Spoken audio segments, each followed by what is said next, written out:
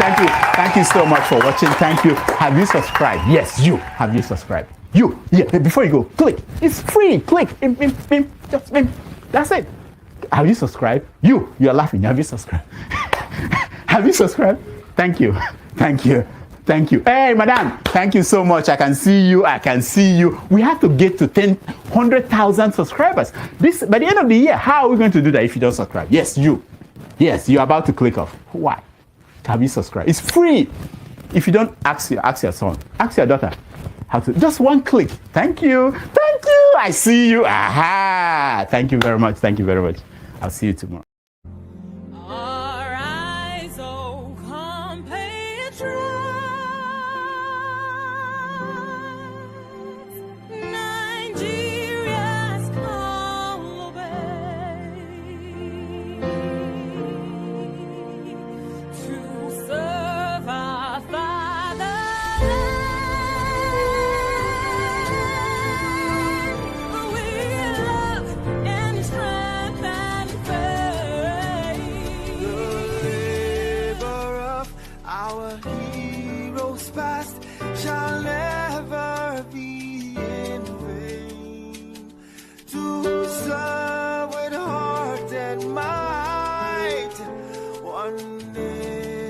Bound in freedom, peace and unity. Hey, that's so. Yeah.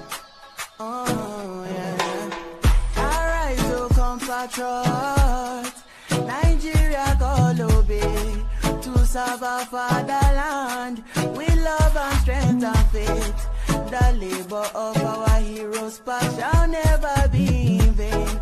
To serve with heart and might, one nation bound in freedom, in freedom, in freedom, peace and unity. Arise, my people, arise, my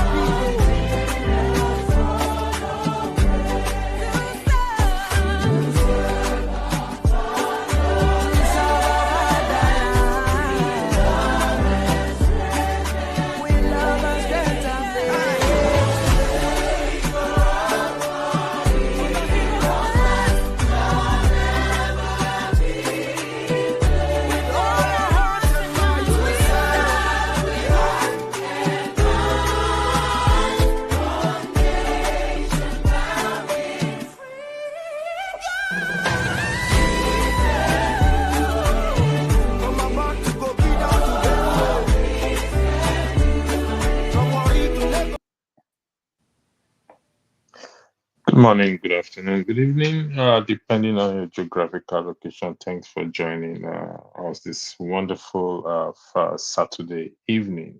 I hope you've had a great week, and thank you once again. A lot has happened this evening, but before I go into that, I will give the floor to my colleagues to say hi to everyone, including those of you in the just join us. Thank you. Good morning, good afternoon, good evening, everyone. Thanks so much for joining us today. This is your girl, Tobi. Thank God for life. Thank God. We're thankful for being alive and seeing this opportunity to be alive today. Hope you all had a wonderful week. And today we'll be discussing marrying for residency. Is this classified as a relationship based on love, deceit, or simply what is also known as arrangee, or a transaction between two consenting parties? Is this a marriage fraud? Is this illegal? Is there the possibility of rebuilding trust and love following this deceit or betrayal? These are questions we would want to answer during this session. We'll also touch on arranged marriages in the African setting, the pros, the cons, and the emotional and psychological impact it has on couples. As always, we'll also touch on politics. Electricity will touch on what actually trended in the Nigerian space this last week. As always, join us on the live stream and weigh in on this topics. The link has been shared. Be open-minded and respectful. Thanks for joining us again. Welcome, Electricity. Welcome, Adama, John Abba, and Emme. Welcome to the show. Thank you so much, Tope. Greetings, everyone. Thanks for joining us this evening. I hope you guys are ready for this segment. We wanted to say we missed you guys last week, but we're going to combine last week segment and today's segment. Is going to be an interesting segment. So we just want you guys to sit back, keep an open mind, be respectful, and allow people to add their opinion.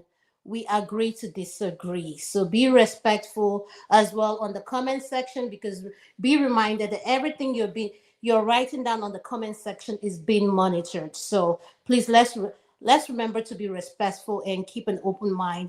Uncle Janaba, welcome. Electricity, good evening. Amy, thanks for joining us. Tokwe, thank you so much. I'll give it to Uncle Janaba. Welcome. Do you have something to say to us? Thank you, sir. Oh, it's nice to be with you guys.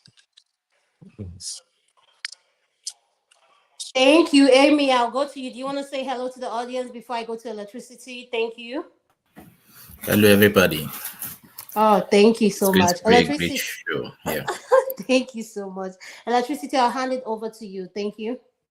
Thank you very much. A lot has happened in the Nigerian space, politics, a lot of information for us to consume. The Lefaratimi Afebabalola Shetima versus my sweetheart Kemi Badenoch, and but one stands out a lot. I mean, to me, is the battle between King Igbe and Wike. Is not a likable person, but it's I listened to it. I played the video, and Wike echoes one of my position that I've always stand on over the years, and I'm still standing on it. And I'll play the video, then I will give it to what I think. Then we can weigh on it. It's just a 2 minute 2 minute video. So, but then I'll tell you why I agree with Wike in some of it's beyond me that I agree with him, to be honest, because I've never agree with him on anything because of his behavior. But stay with me. Let's listen to the video. Some of you may have listened to it, but it's better I will listen to it again.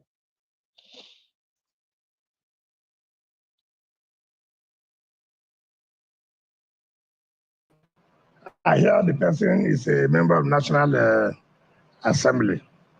You're unfortunate I say so. With all due respect, what you don't know, you don't know. What you know, you do. And the good thing for you is to tell people that, look, I don't know this. And people will educate you. The Honorable Minister of State and my humble self, we have not been in office for more than 10 months, 11 months.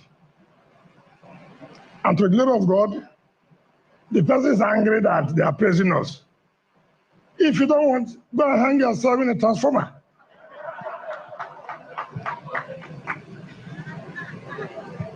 Yes. If you're angry, well, hang yourself. If we have done well, we have done well. If we have not done well, we have not done well. And we are proud to say, in this short time, Mr. President appointed us, that we have done well.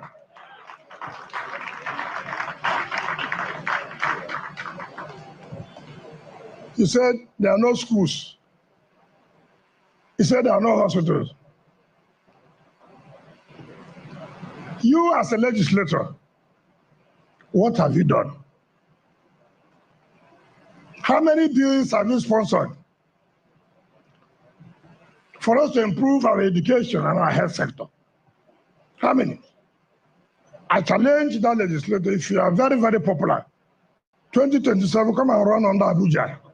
We will fail you. Thank you. Thank you very much for that. Hold on one second. Let me stop this. Yeah. Wike is a character. We all agree on that. And I'm going to give the floor to you. But what stands out to me is the role that the legislative arm has played. And that is what I said stands out to me. Why I said I agree with him in that in that statement alone he made, that as a legislator, there's no hospitals, there's no schools, no good schools, no hospital. What bill in that regard? How have they taken that aspect seriously? Oftentimes, I stand on my position in respect to recalling some of these officers. In fact, if not all of them, there are those who don't actually perform there in respect to Section 68, 69, and 110 of the Constitution. And I did a video recently on my platform, the course of the Nigerian Senate and how it's affecting the nation. So I'm going to yield the floor. I mean, I'll start with Tope, then I'll go to Jonaba, Adama, and Emmy to weigh in on this issue of Wike and Kingibe and the lawmakers. Because, like I said, the course of the Nigerian Senate has trickled down and affected us over the years due to their ineffectiveness. And look at the way every one of them are laughing there. Honestly, it is appalling. I go to you first, okay? Thank you.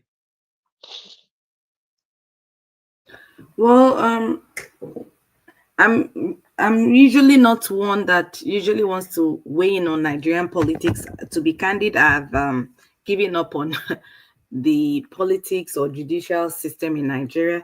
But it's no news that Wike is a mess. He has no respect for women, and I know that hit is definitely, and jab is on Mrs. Kingabe. As I mentioned, it has no respect for women. They've been going back and forth since she assumed office. There's no news, as far as I'm concerned. Nothing has changed. He's been back and forth with her, humiliating her, not giving her the voice to perform as a legislator in Abuja. That's no news. Nothing has been done. The president is aware of all this, but nothing has been done. He just doesn't have respect for the woman, and where it is what it is. And 4 years will just go by, and what I believe is she won't be able to achieve anything in Abuja as long as Wike is there. Nothing will be done. Wike was placed there by the current government for a reason, to do their bid. So there's no way they're going to allow Mrs. Kingibe to perform. She's an obedient from the Labour Party, not an APC legislator. So she's not going to achieve, point blank, she's not going to achieve anything in the next four years. Okay, they've done 1 year now. For the next 3 years, she's not going to achieve anything. She's just going to be rambling up and down until the next 3 years goes by. That's all I have to say. Thank you very much. Jonaba, I come to you, please. Can you hear me? Yeah, we can hear you loud and clear. All right. First and foremost, I want to understand why you say you agree with him on for in terms of the performance of the lawmakers, not just necessarily in respect to Ireti Kingibe. I've always hold the position that our lawmakers, if the citizens can get it right in terms of invoking the provisions of the Constitution, 60, 69, 110, then I believe strongly that Nigeria will be on the footpath of that in the matter of the lawmakers, not necessarily Ireti King. Thank you. Okay. As far as Wike is concerned, there are some part of FCT that he have brought some road, done some road construction. Yeah, and he can be praised for that compared to other minister under this administration. But his land grabbing tactics is not going to go the way he thinks. He's a bully. I hope he stay on his medication regularly and understand that after all the whatever is high him, that Abuja is not Rivers. And you can see, I don't know if you have watched the news, uh, the late army guy that is trying to take the estate. That is going to go down. I think that's what the woman is saying, that they should hold off. That is not going to go the way he thinks. And that is going to, they say 9 days for the thieves and 1 day for the owner. I hope he learned a lesson from this pushback. Coming to Nigerian politicians, they are career politicians, meaning that when they bid for the office, they have one thing in mind is to go and share the money, whatever the allocation that go to their state and to their local area and few other people around them or do one project here and there. And that is all about it. When you come to the citizens to perform or to push back on them, it's very difficult. The Nigerian politics you see is a do or die, and those people don't take it kindly. So there will be little or not much to do in Nigerian politics in terms of bringing infrastructure, uh, enforcing the rule of law in the land. All of that for now is a long walk if you understand how Nigerian politics work. And that's why you see the roads are death trap. The hospital is a mortuary. When you fly, you're on life support. Everything is just, they say they are praying, praying. The reality is only Nigeria that I see prayer is what is a solution to everything. So I don't think uh, um, Wike gonna have all his way the way he thinks. He should think twice. The people in that area, though he have the might of the government, I'm talking about the APC and the influence that brought him there.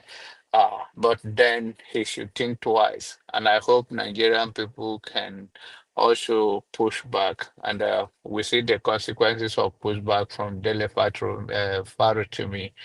He also come with his own,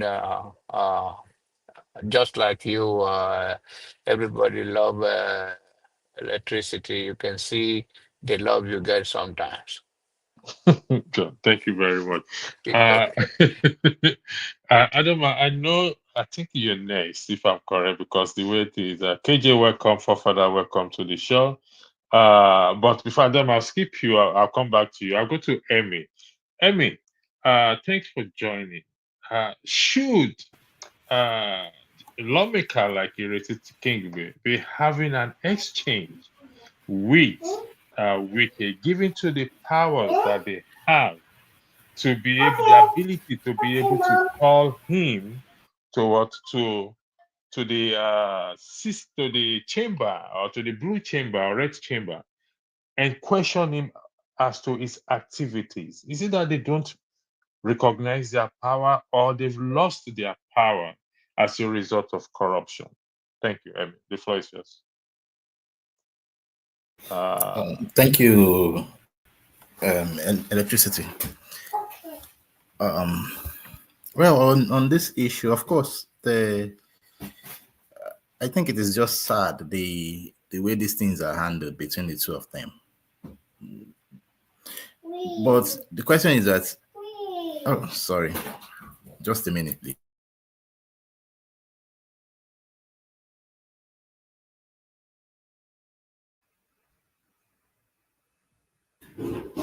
Please, can you just move on, please? Sorry.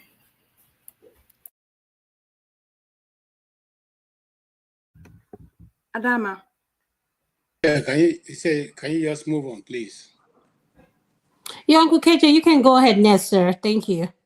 Okay, no, I didn't get the question. What's the question? Electricity, are you there? What is the question? Yeah, electricity. It was in Sorry, regards to the video he played I about. muted. I didn't know I muted. Sorry about that. It was in. It was in regard to, thank you, Adam. It was in regard to the video of back and forth between Ireti Kingibe and Wike. And I played the Yes. video, and Yes. Wike did say something that stood out to me, which is the role of the legislative arm. If how they have performed so far, I don't like him. Let's be honest. I don't agree with his behavior. He was condescending to and his fellow people there watching. They were all laughing and unbecoming of what. You know that's the tragedy of the Nigerian state. It's a state where rules are not obeyed, and anybody who comes a rostrum of power becomes the law. What he says becomes law, and that's the saddest part of it. That's one of the reasons why I couldn't stand, to probably say I will take my situation to court or that, because, the law is determined by the most powerful man in the room, and it's difficult to be able to get justice in such a situation.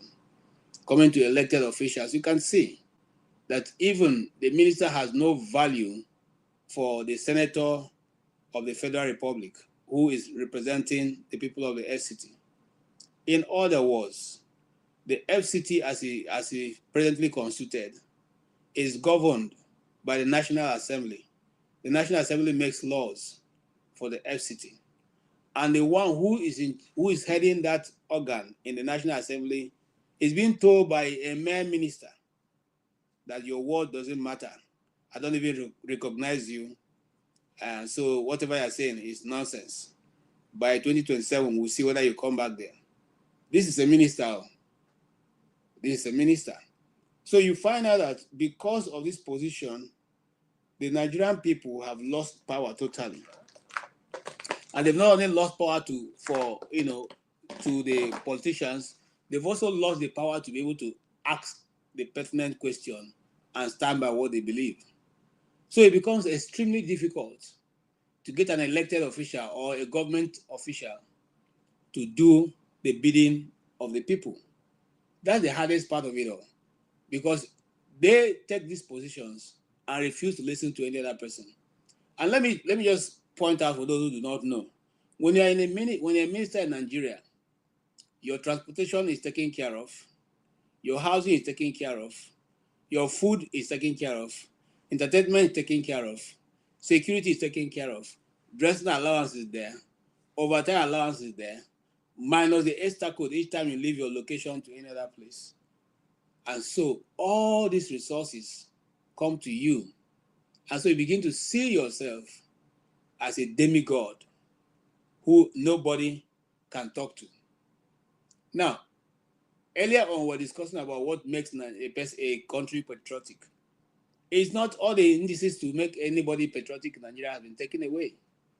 Those civil servants who live by their salary can never be able to make ends meet. Never. I repeat the word never. And that's why when people talk about the church, I laugh, because you see, if not because of the belief in God that's taking people from month to month, I'm sure that maybe nobody will be remaining there. So every Sunday, they find themselves going back to be able to get the hope that it's going to be better the next following week. And so continuously, the church is playing its part. Some churches now have even considered themselves to a place where you come every Sunday to collect something to eat, okay, while they are believing and hoping that it will change. Meanwhile, those who are in authority and who see these people one-on-one have their hands soiled. Okay? There are some people who have been used to launder money in the past. And so those people cannot talk to, and they stand in the ground to be able to address some of these issues in Nigeria. But they cannot talk, because if they talk, their own empire will be exposed, and they probably suffer the fate of those who have tried to challenge the status quo. So what am I saying in essence? I'm simply saying the sovereignty of Nigerian people have been stolen also. And now their mouths have been gagged. Nothing anybody can do. And since we keep preaching peace, peace, peace, peace, peace, till now, till 2035, the same status quo will continue. Now, whether the women, you see, that's another thing. When this man made this statement, the women didn't come out to challenge him. You know, I've never seen such a lawyer before. Okay, who is even worse than Agboro in the park. You know, because what's the need for you to say, even if the heaven let it come down, at least the heaven come down, we shall no longer be praying and fasting. It will come to meet us here. You can see how the man thinks. You can't even get anything reasonable. Maybe they are taking, you know, sometimes I sit and I listen to them. Because I personally, I sit here. I interviewed Wike when he was Obiokpo local government chairman. Nice guy. Nice guy. So sometimes when I look at him, I try to compare with a picture. When we traveled to Obiokpo local government, we were asked by Arotumi Amechi to go interview that guy because a young man doing something very good in the state. Went to his office and spoke to him. You have 30 seconds more, please. Thank you. Okay, so in essence, what am I trying to say? So I don't digress. I'm simply saying that some of them, when they come from their locality to the center, they think they become God to Nigerian people. And until the people decide to stand up and take their country back, it will continue to happen. Thank you very much. Thank you. I'll come to you for further. KJ said there's nothing we can do. It's in the hands of the people. I don't know if I know. I don't know if you watch the video on your own, but I know you are very familiar with the back and forth between King Igbe and. My question again is: should a lawmaker be doing this back and forth, giving to the power they have, given to them in the Constitution? Should this be the case? Fafana, the floor is yours. Thank you. Yeah, thank you for having me. Greetings to everyone on the panel. You know, greetings, special greetings to the host, Adama at Topeo. Hey, let's not get rowdy now. Come on. Greetings to the people on the chat and the viewers. Yeah, this you know, Wike, you have to give it to him though. I saw some of the video, and he was basically questioning the lawmakers, what the lawmaker has done for the people. Wike has got a strange personality. I don't know how he pulls it off with a straight face. He's a very strange person. He will challenge people's integrity while he also displays lack of integrity in many cases. So it's like somebody like saying you are a sinner, but he is the biggest sinner. It's like, how do you even make that up? But yeah, the questions he's asking are pertinent. He's asking a lawmaker, what have you done for your people? What have you done? I'm doing something. And the idea of the lawmaker intervening in the actions of a state, basically governor of that state, in his actions, I'm not sure that is the proper thing to do. Is Wike following the law? If he's following the law, so be it. Say whatever I like about Wike, he does take action. He doesn't wait for nonsense discussion. He doesn't talk too much. He just acts. If you break the law, you pay for it. If you don't break the law, you might just be fine under him. That is his own approach to politics in Nigeria. There's an element of that I think you need in the country. Whether he's the right man to do it, because he's got a very, very, to say the least, colorful history. This is a guy that basically rigged the election in Rivers State, and things that he said he wasn't going to do, like not meddling in the lives or in the governorship of his successor, He's done all of them. Yeah, I've seen this guy completely lose credibility on so many fronts, and I also hear he's also a drunk. Although that's personal, I don't want to go there. Even if I just did. But the point is that he's a complicated character, and he's part of the establishment. We cannot pretend that he's not. But there is that streak in him that is able to do things and cut through the noise that Nigerians tend to generate to get action in place that I think Nigeria needs. And so from that point of view, I think he should be supported. And whatever he's doing in Abuja, to be fair, I'm not sure I've seen so much improvement when I was there. The only improvement I saw, it wasn't from him. It was from the fact that every market woman has got a payment machine in their hand. And if you want to pay people money, Nigeria is almost cashless now. Nigeria is almost cashless. That's one thing I saw, and that was it's transformational stuff. And it's also very efficient, because if you catch somebody that you want to rob them for money, you barely see cash on them. You have to go to the account, you take them to cash machine, and cash machine has camera there. You are in video, this thing. So there's an element of that system that I consider to be quite more impactful than what Wike has done. But he's doing his job in as a governor of Abuja. So if he's doing, nobody has complained that he's doing a terrible job so far. So I'll leave it at that in terms of the exchange. But I don't think the lawmaker should be exchanging with the governor. Or I think I even heard that they passed a law to stop him from demolishing houses. Is he doing anything illegal? Why are you blocking him? What if those houses were not legal? Yeah, they are. There is a paperwork that proves that the place, and not only that, they trace it to his company that built his hotel in River State.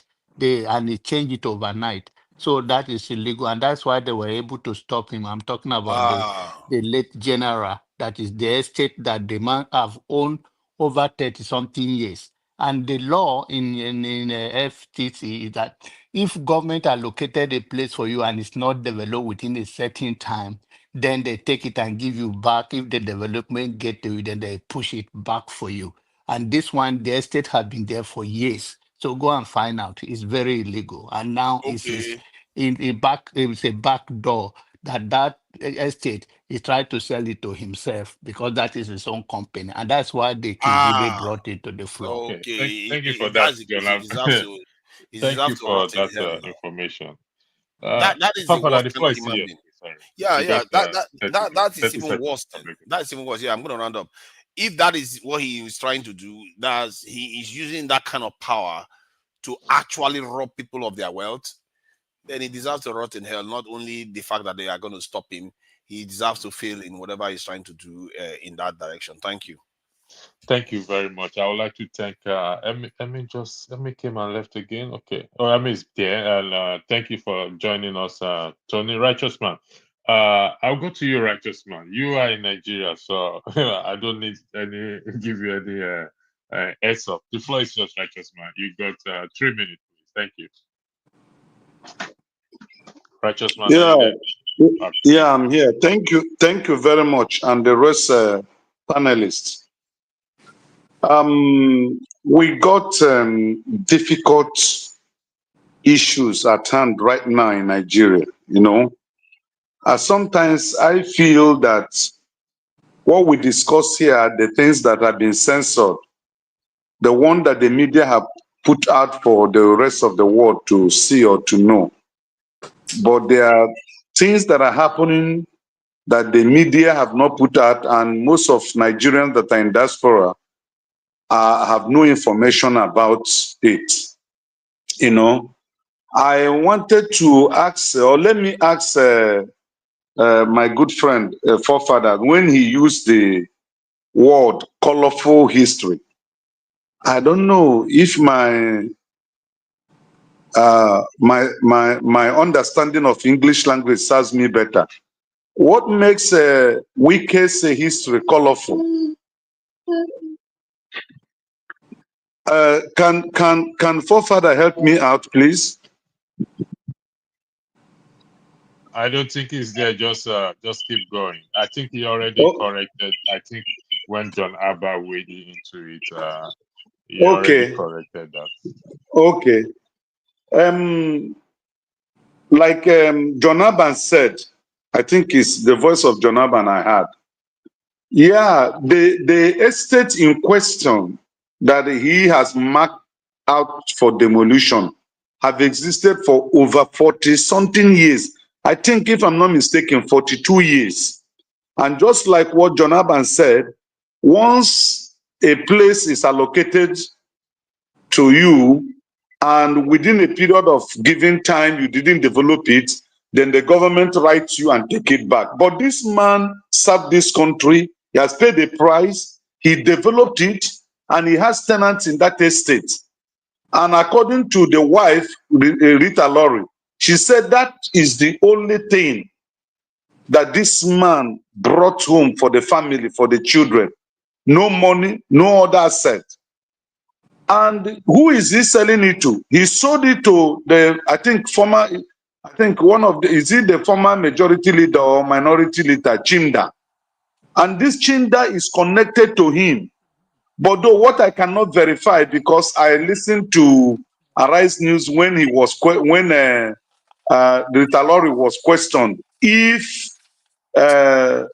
Wike is one of the board of trustees of that company, which she was not able to give a clean answer to that.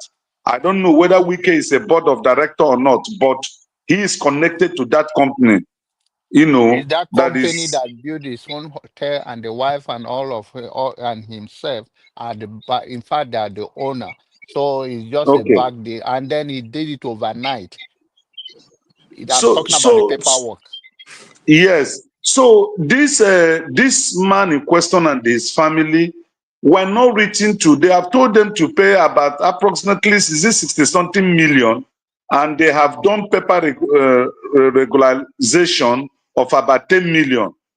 Okay, if you are withdrawing that land and you are going to make it public, there should be bidders. There should be people who will come forward to bid for it. There was no publication notifying the general public that so and so property or land is about to be sold out, you know, like auction or whatsoever. So it was done in secrecy.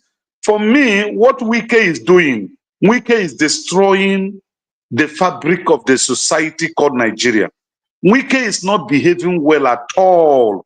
Wike is just playing to the gallery. Look at how he behaved when the president of Germany came here. You saw, I don't know whether some of us have seen it on TV or read it on social media. You got 30 seconds, right?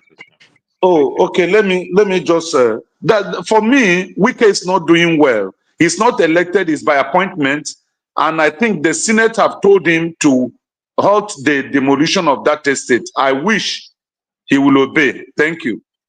Thank you very much. Thank you, Righteous Man, for that. Amy, the floor is yours. But before you speak, Mr. Richard, I believe you're hearing me. Could you please turn off your camera for me to bring you in on, please? Thank you very much. Amy, the floor is yours.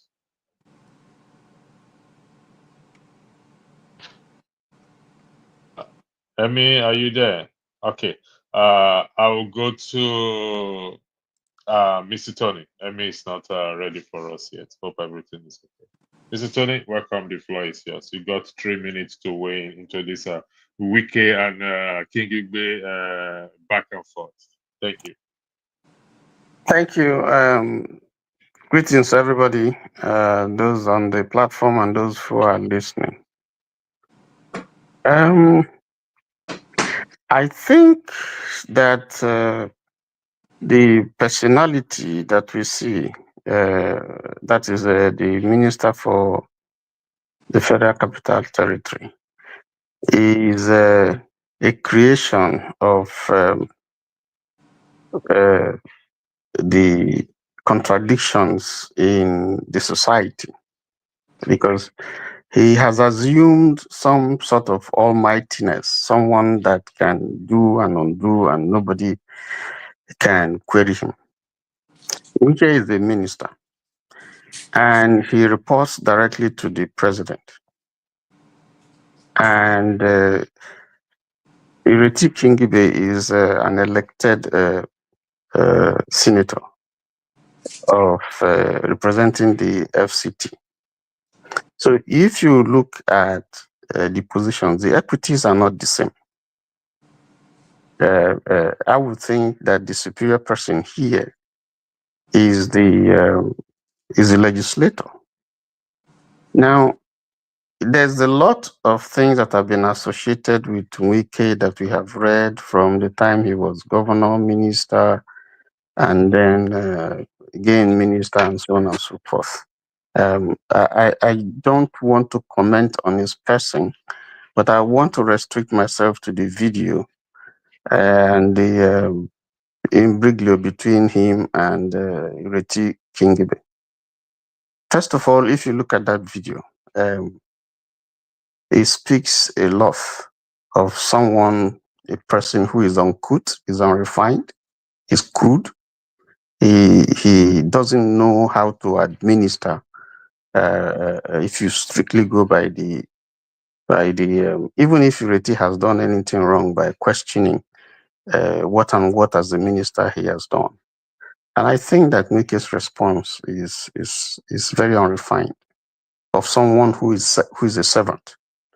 But to go strictly to the issue, I listened to Chief Mrs. Rita Ogbebo, Rita Lori Ogbebo. I listened to her. I listened to some of the occupants of who, I mean, the people who built houses or so on that life camp. And I also listened to a representative of the FCT who was speaking on behalf of the FCT. And, you know, everybody is trying to present a case that will put them in good light. Now, I don't know what the law says, but in Lagos, for instance, you have 30 seconds, please. Okay. In Lagos, for instance, if you stay, there's a law in Lagos. If you have occupied a landed property for 12 years, if you have physical evidence of occupation, and then someone else comes to claim that land, you know, you slept on your right. It's sub judice. You can't win that case. I don't know if it's so with FCT, but since 1984, this property has been there. There are stories of how it was given, allocated because it was a construction company and all that. But if someone has been there for 40 years and suddenly somebody wakes up and for whatever reason, we saw it with Julius Berger, and that went past. Yeah. Nobody said anything. Your time is, and then you just write off. I think there's a lot to it than meets the eye. Let me stop there. Thank you very much. Mr. I don't know if Emmy is back. Mr. Richard, the floor will be yours. After that, I'm going to hand over to Adama for us to go into the main topic itself, which is marrying someone to legalize to stay in the diaspora. Is it love or deceit? It's a very packed discussion. So, Mr. Richard, except Emmy comes in after you, I will hand over to Adama. Thank you. All right. Thank you very much, everybody. Happy weekend to us all. I totally disagree with almost the points everybody who has spoken before me, the point they made. It doesn't give good judgment, and we are not honest. We are not good people. We like to dodge the truth. I might not like the way Mr. Wike talks, but he's getting the job done.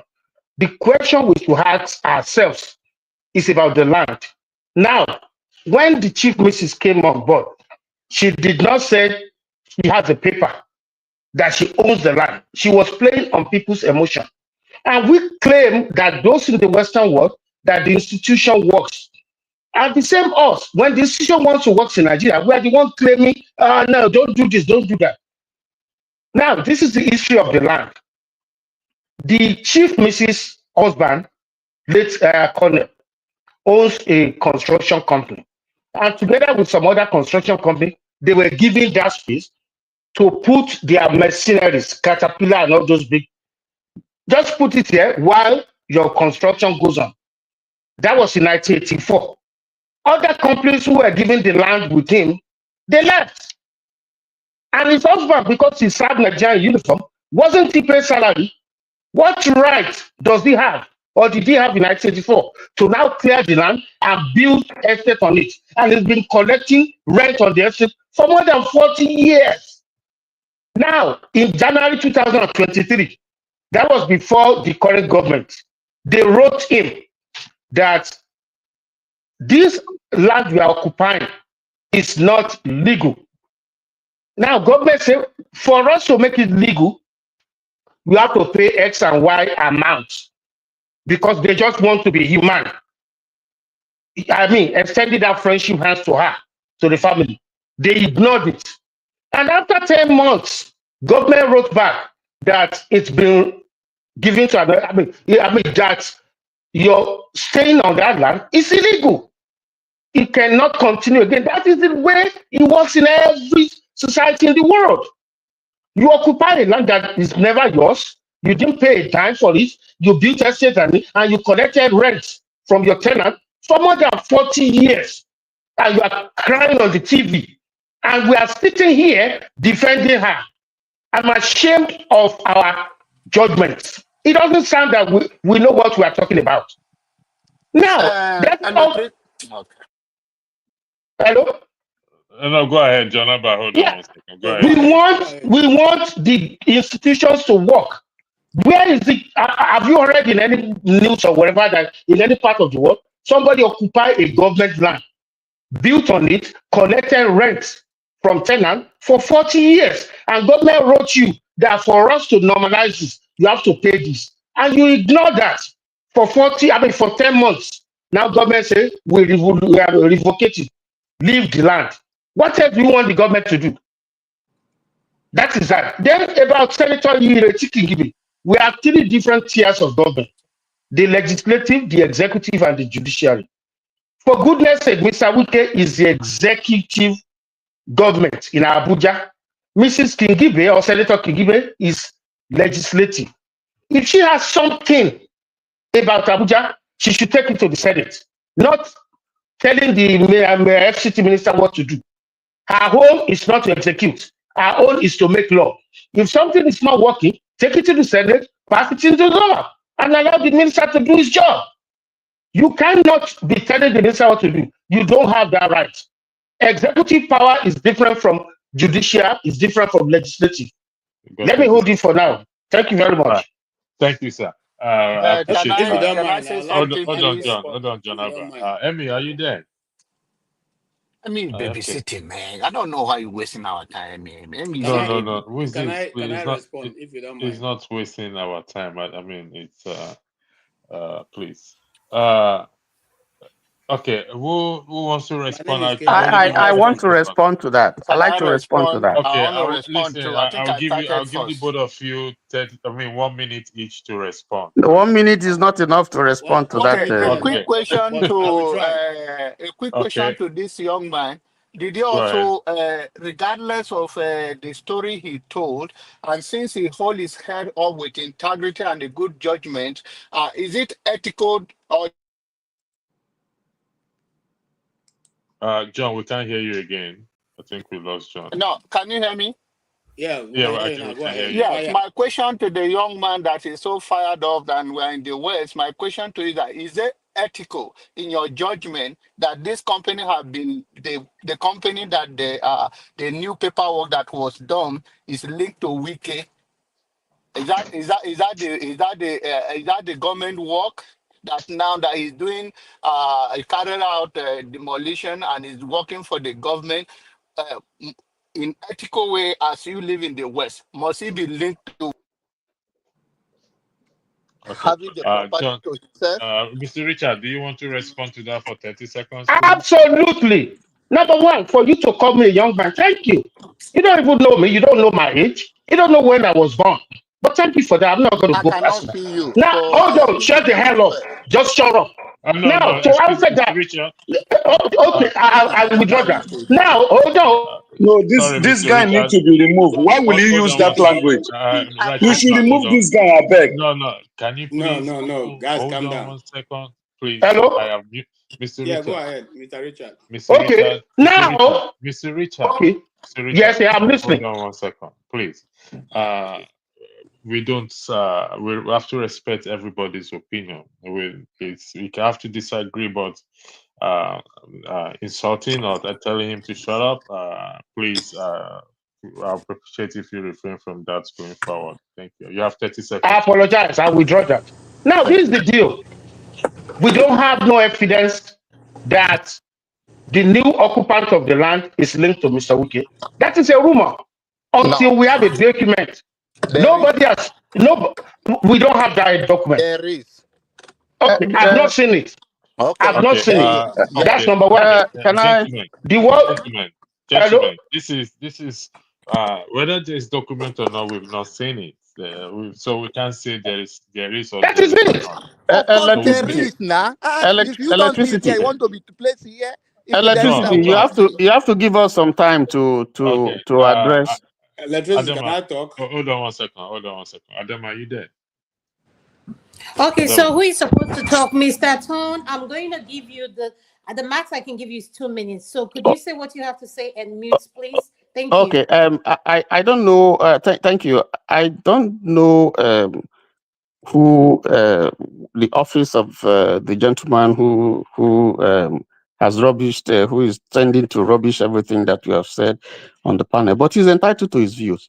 I think that it is not justiciable anywhere that someone would be occupy a property since 1984, and you have had governments, and suddenly in the wake of the night, someone sends a letter and says you should quit. What have they been doing since? The place is made up, and then you suddenly come up for whatever reason, and ask them to quit. But that's by the way, because for me that doesn't make sense. But strictly speaking, I think the person is just speaking.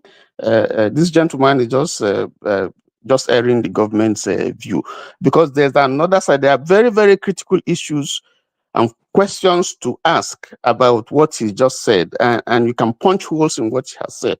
First of all, the Ogbebo, Colonel Ogbebo. You have 50 seconds, sir, please. Okay, that place was allocated by FCT authority to them, as a camp, as to various construction companies. Okay, and some of them moved out. This one stayed, and developed the place even under the watch of the government. Why didn't the government, the FCT government, act? Why didn't they? Why this sudden action? Why? Okay, thank you, sir. Uncle KJ, I'll go to you. What was your Okay, thank you so much. Sir. And I want to thank Mr. Richard, but I think you should have looked for more facts, because the papers that the new papers for that land is already in the hand of the press in Nigeria, which it's been circulating in the media. So if you wanted to, you could have seen it. Secondly, the land, the camp, I'm sure you also have lived in Abuja or know Abuja. The life camp, or where those camps are, were developed by those companies. The road and everything, the water infrastructure, the light and all were done by those people. And they've been there for about 40 years now. In property law, they said possession is 90%. So if you have been there for that long, it means that even if the land wanted to be sold, you have the first right of offer. The first right of offer is to you, if you are interested in buying it, since the land now has become illegal by your own standards. But that wasn't done. Rather, what was done was to revoke the land and give it to another person. You also missed out the fact that the time that land was given to them, government asked them to pay 10 million naira, which they paid, and eventually came back for them to pay more, which they also paid, and the papers were given to that effect. Receipts are there available. Now, also, having said that, I want to say another thing. The place of the executive and the the legislator is quite clear. There are three equal arms of government. Let us not bring this Nigeria thing that makes it look as if the executive is more powerful. 50 seconds left, sir. They are all together the same. One is doing execution, the other one is doing the law. And I think in this hierarchy, the senator of the Federal Republic comes first before the minister. The minister is an appointee and can be removed anytime. The people brought Kingi Bedia, and she's doing their bid. Thank you. Thank you so much, sir. Mr. Richard, I'm going to give you 2 minutes to respond, then I'll go to Emmy, then we go to the main topic of the show. Mr. Richard, could you respond? wanted to say something. Okay, Adama. Mr. Richard, can you wait so that you can hear what Mr. Righteous Man has to say so that you can take all the response? Go ahead, Mr. Righteous Man. I'm giving you 2 minutes, sir. Okay, yeah. Just like KJ said, that was actually why I came on board to add to his voice. The first time they were asked to update their documentation of that land, this family went and paid a whopping sum of 10 million, receipted, that is verifiable. There was a second offer given to them, which came through the former FCT minister. Was this man and this man from Kaduna? Is it Ribadu? I think Ribadu also, one of these guys from Kaduna, and they also updated. Then the third one is coming from Wike now, and this third one is asking them to pay, is it 52 or 62 million naira? It's just 10 months. Maybe they are sorting for loans. You know the economic condition of this country today. And you didn't remind them again. The next thing is for you to sell it to a friend of yours. Let me use the word, a friend of yours, Chinda, from River State. And Okay, this 50 man seconds, sir. yeah, this man had been traced to have worked for Wike and built some institutions for Wike. So it's like a backyard business. There was no free bidding. There was no publication to that effect. Thank you. Thank you, Mr. Righteous Man. Mr. Richard, I'm going to give you 3 minutes to respond to all the questions. Thank you. Then we'll go All to right, the thanks next so much for topic. thanks so much for the opportunity. Let me start from Mr. KJ's level. Mr. KJ, everything you said were done by the government. Number one, the land was given to them temporarily for them to store their equipment, large equipment. It wasn't given to them to build on and turn to residential and profit from. Now, for them to have done that, or for Mr. The retired colonel to have done that, his company was not the only company given the opportunity. The other people, after completing their project, they left. But he stayed and converted the place to an estate.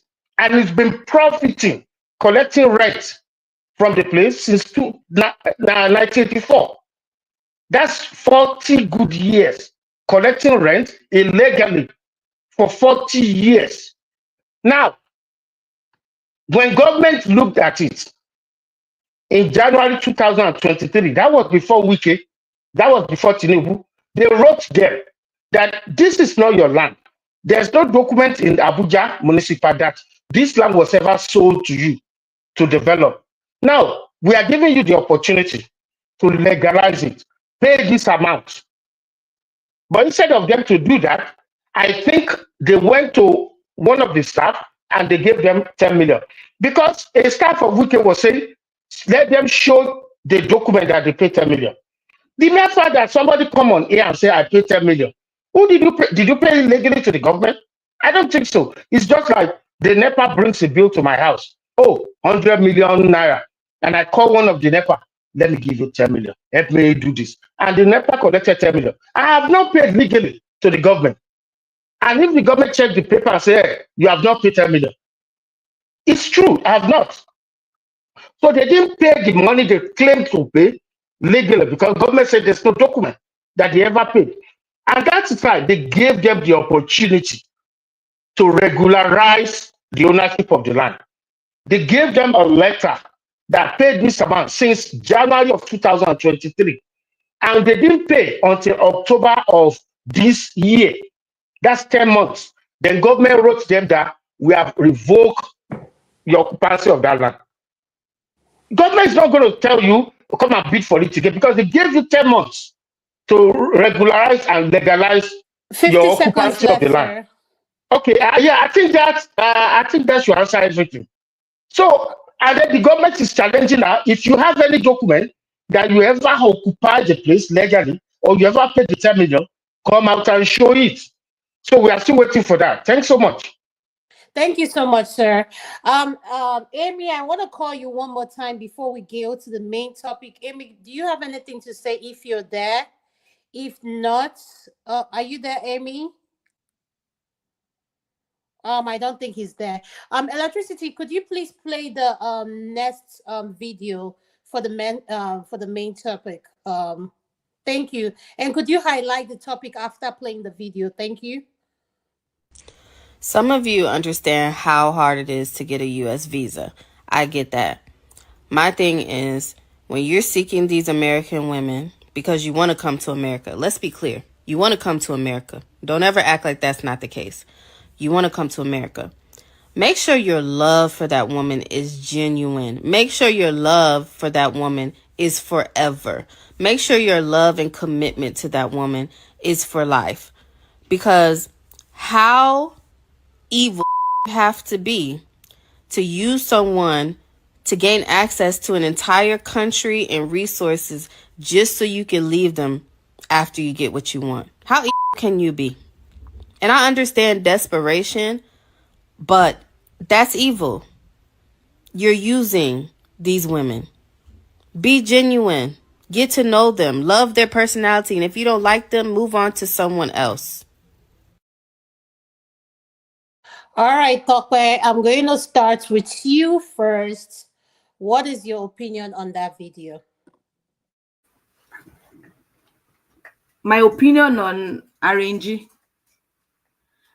Well, man must to survive, Adama.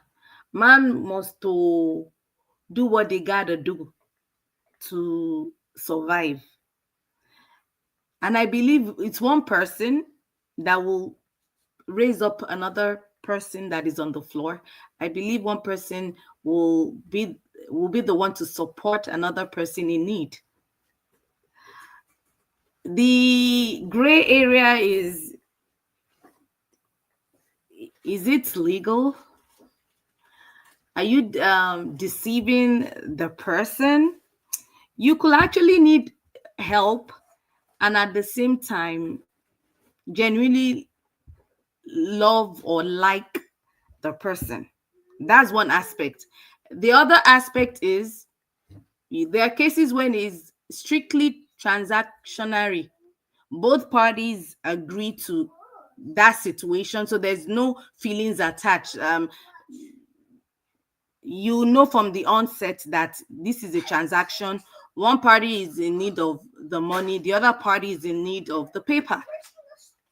Along the line, the party who is collecting the money now falls in love. That's the gray area that in most cases happens. And the other party who is in need of the paper is standing on their ground that it's for paper and it's a transaction. So why are we bringing love into this matter? If it's a transaction both parties agree to. I'm not in the business of deceiving people, don't get me wrong, but again, life is hard. Well, we're one way or the other guilty at one time in our life of using people directly or indirectly. Let's be frank. That's all I have to say for now. Okay, thank you. Thank you so much. I appreciate your opinion. I'm going to go to you, Electricity. What is your opinion?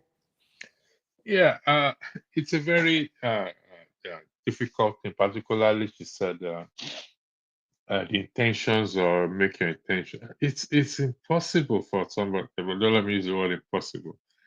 It's how will I tell you I'm desperate for the paper for me to come out and tell you, because ordinarily if I don't love you and I said do paper for me when it's not transactional, will she do it? We'll look at it let's not be in denial that it's not deceit. That is established definitely. If love is not there, then it's purely deceit at the end Okay, of the day. can I correct one thing? I don't want us to focus on the transactional. Transaction is a transaction. Let's Okay. focus on you marrying this person, and you are misleading this person, telling them you're in love with them while you're marrying them just to legalize your state. Let's stay focused on that for Yeah. now. Okay. Thank Fair you. enough. Yeah. So, how? I mean, how that? It's survival of the fittest. That's they always call it, uh, because it's going to be difficult for that either the man or the woman, majorly on the man, to say, "Listen, I don't love you. I just want to have my papers." And the woman will now sit down and say, "Really? You don't love me? You just want to have your papers? Who am I? Do you think I'm a fool?" So it's not have to do with individuals' conscience. If they want to come out purely to tell her, "Listen, there is no love here. Can you marry me?" And I think in fact, 1 out of 1,000 will be able to do that. Because don't forget, these women, ladies, are looking for life partner, not just to give you papers. They want a man to be with them. They like the man, paper or no paper, they like the man. That will be credit to them. But on the other side, the man, majorly, because some women do it as well too, but majorly is on the side of the man. It's a hard thing, hard call to make. If I'm in that shoe, will I tell her this and that? The answer is no. I have to be honest here. The answer is no, because in my situation, wanting to legalize myself, wanting to stay, living Africa or wherever I'm coming from, Asia, whatever it is, and looking at the laws of the land, it probably will take me 50. There's a lot of hurdles to cross. I don't have the money to do what other guys are doing. So the person resorts to what? To misleading and deception. But like Thank I you. said, it's a hard call to me. Thank you very much. Uncle KJ, could you please unmute your nest, sir? What is your opinion on the video you just watched? Marrying someone to legalize your stay, and I want us to focus on marrying this person, not where you marry and that person is a contract where you're paying this person that's okay, this is what we're doing, you show up on this appointment for the immigration. No, you're marrying this person, taking them out on a date when you know you're just marrying them just to legalize your stay. So let's focus on that and not on the contract. Thank you, sir. What is your opinion, sir? Okay, if all people acted accordingly, there will be no reason for law and justice and all the rest. Because people will always be people, and we are all transactional. We are all transactional. We are all transiting. That's the right word. In life, nothing is sacrosanct. Everything is moving. Everything is a moving part, especially when it has to do with human beings and character and disposition. The way that you like someone, it depends on your. Now, let me put it this way. Some people still think that love is a feeling, and so when those ones who think that it's a feeling fall into that feeling, and then tomorrow they wake up and they see that the feeling is no longer there, they now say, "Oh, I want to get out of it." Not necessarily because they want to, but because of their understanding of the status quo in the first place, that love is a feeling. So when they're not feeling it, you jump out. But maybe what we should be teaching our people and those who are getting into such an arrangement is that you should go from feeling after 2 weeks of your marriage to now commitment. Love is a commitment that you make. Whether you feel today the butterflies are flying in your stomach, or tomorrow you no longer have butterflies, there are gorillas walking inside your stomach, you still remain committed to that arrangement, that commitment you have already initially started. Unfortunately, you cannot, because these are human variables. You can't hold anybody down.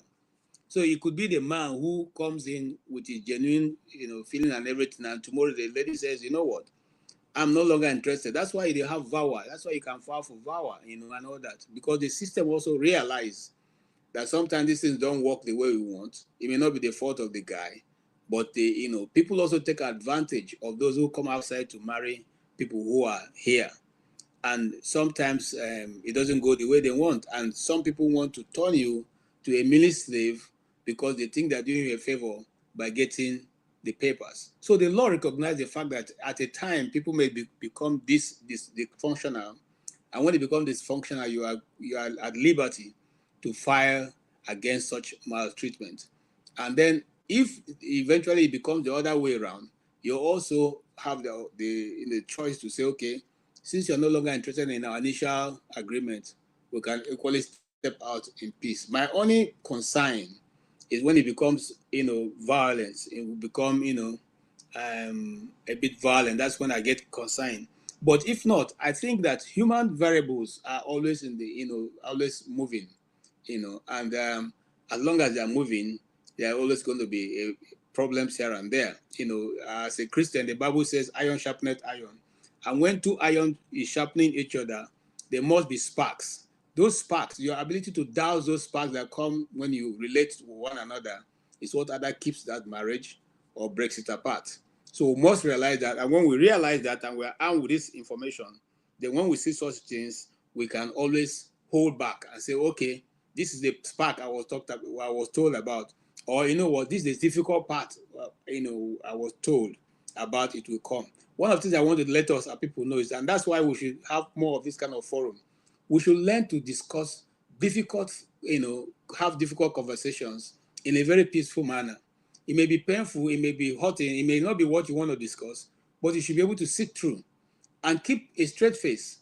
And that's one of the things that people of the other religion are taught very well. The Muslims know how to discuss difficult situations without showing you emotions, and we should learn it. Not every time something comes that will fly off the handle, shout here, shout there, begin to look for what to use to hit. No, that is totally a wrong way of behavior. Learn to discuss difficult situations in a cool manner. Maintain your head and listen carefully. Having conversation. Today I was telling somebody something very, very, very important. In a relationship pattern, and I said to the person, sometimes what happens is that, and this is what I told the person. I said the closeness communication bias is a tendency that to overestimate how well you communicate with people, and you are close to that you are close to. So sometimes that closeness communication bias is what we all exhibit, knowingly or unknowingly. We listen less to the people we are close to, and listen more to strangers. Even though your husband or your wife may be telling you something, you will just dismiss it as, you already know where the person is going before it even starts, and then you already form an answer for that person. But you go outside, that same thing the person, your husband or your wife have told you over time, someone is telling you, and you are paying close attention, and you give more, robust answer, which you didn't probably have the time or think through before answering your spouse. So Thank you. that closeness sometimes also hinder our communication with one another, and consequently bring out, a conflict in the arrangement. Thank you. Thank you, sir. Tonight, are you there? Yeah, I am. Yeah. Very much. Yes, please. What is your opinion on this topic? I'm dying to hear what you have to say. You see, this is guy, you're already being biased now, eh? This is being biased. Okay, I do have an opinion on this. Yes, I'm thinking that when you have an arrangement with somebody, like in terms of you're getting married to them, and under false pretenses, it tends to become more problematic. But if you, let's say, most relationships, one person seems to feel stronger about the relationship than the other. Let's say you don't feel as strongly about the relationship than the other, the person that you are getting citizenship from or paper from, and but you still intend to fulfill your duties as a partner. I don't see anything wrong with that. Why? Because we see that all the time. We see young people marrying older people. We don't begrudge them of it. So why not get married to somebody that you're going to get a paper from, knowing full well they feel strongly about you than you feel about them, but you still intend to be faithful to that person and honor your duties as a partner to that person. And I don't see anything wrong with that. Because to an extent, that is what we see happening all the time. There are trade-offs here and there. Most people like to think that all marriages, relationships are equal, but it's not never the case. They use a term here in the UK where they say one is a chaser. There's one person that is always chasing somehow. In every relationship, sometimes more pronounced than other times, and it might fluctuate during the relationships at the time they've been together. But I still think there is nothing inherently wrong with it if the individual involved intends to live by the promise they've made. You see what I mean? But if they are trying to deceive that person, and the moment that, according to somebody that was on the panel, said the moment they get to America, because they married that person for people, they are going to court for divorce. That is a terrible thing to do. And those people, they deserve to be condemned, because you literally took that person, took advantage of the person, their feelings for you, and you broke their trust, and it could result in very, very bad outcomes. So I won't support that type of person, but I will not judge anybody that says, you know what, I may not feel strongly about this woman, or about this man, but because he's getting me to where I need to get to, I'm going to be fine with this. I'll settle for this man or this woman. And no matter what happens, I'm going to live by what my commitment to this person. Because there's this thing about loyalty that I always come back to all the time. Loyalty allows things to gel. And if you are loyal to your oath, you will do the right thing by that person. I think, that's how I look at it. Thank you. Thank you so much, for further Uncle Janaba. Before I come to you, this is what I wanted to ask you. I see a lot of Black Americans going to Africa to fall in love with our men. They stay with our men back home, and there's a show called 90 Day Fiancé. Tope knows the show 90 Days. It's on TLC, and this is a Yoruba guy, to precise. He went to the embassy. I can't count. I lost count after how many times they denied him.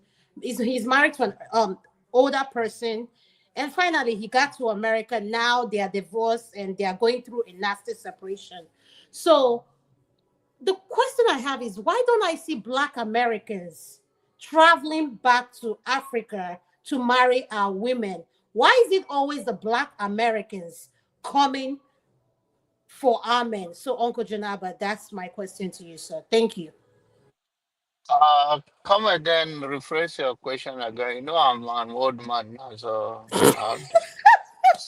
I said, why is it that I see a lot of Black American women going to Africa to marry our men and bring them here in the diaspora?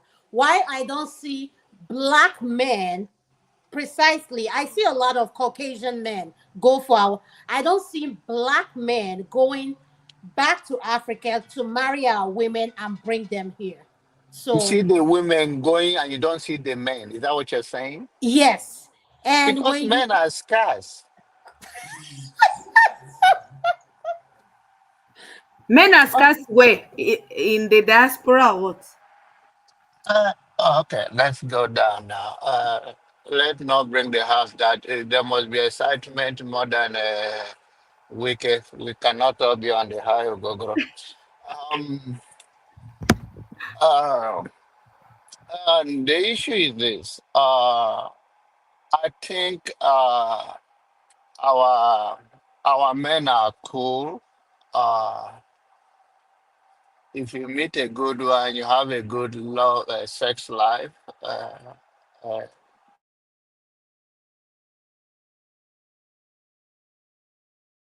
Uncle Janab, are you there? We lost you. I can't hear you. okay, can you hear me now? Yes. Okay. So to say that is that I think. if you go to, I don't know the part of I think you live around New York area. If you come to Texas, for instance, and you go to a party, a Nigerian party, you will see sophisticated women, career women around here. And what you can see mostly, you see that the ladies are more in number. I'm talking about single ladies. Based on not because you don't come with your wife or whatever, you don't wear rings. Not everybody wear marriage, those ring and all that. But then you will see that, and also to be honest, our men are kind and are more supportive of our women, giving all we can, except people that are just don't have much. If not, most of our men, we don't even do 50-50. If we can, we do everything. And there is a saying in my place that what you have belong to the woman, including our own. And in most cases in Nigeria, these women love that. And I also have seen some scam marriages and all of those things that people do.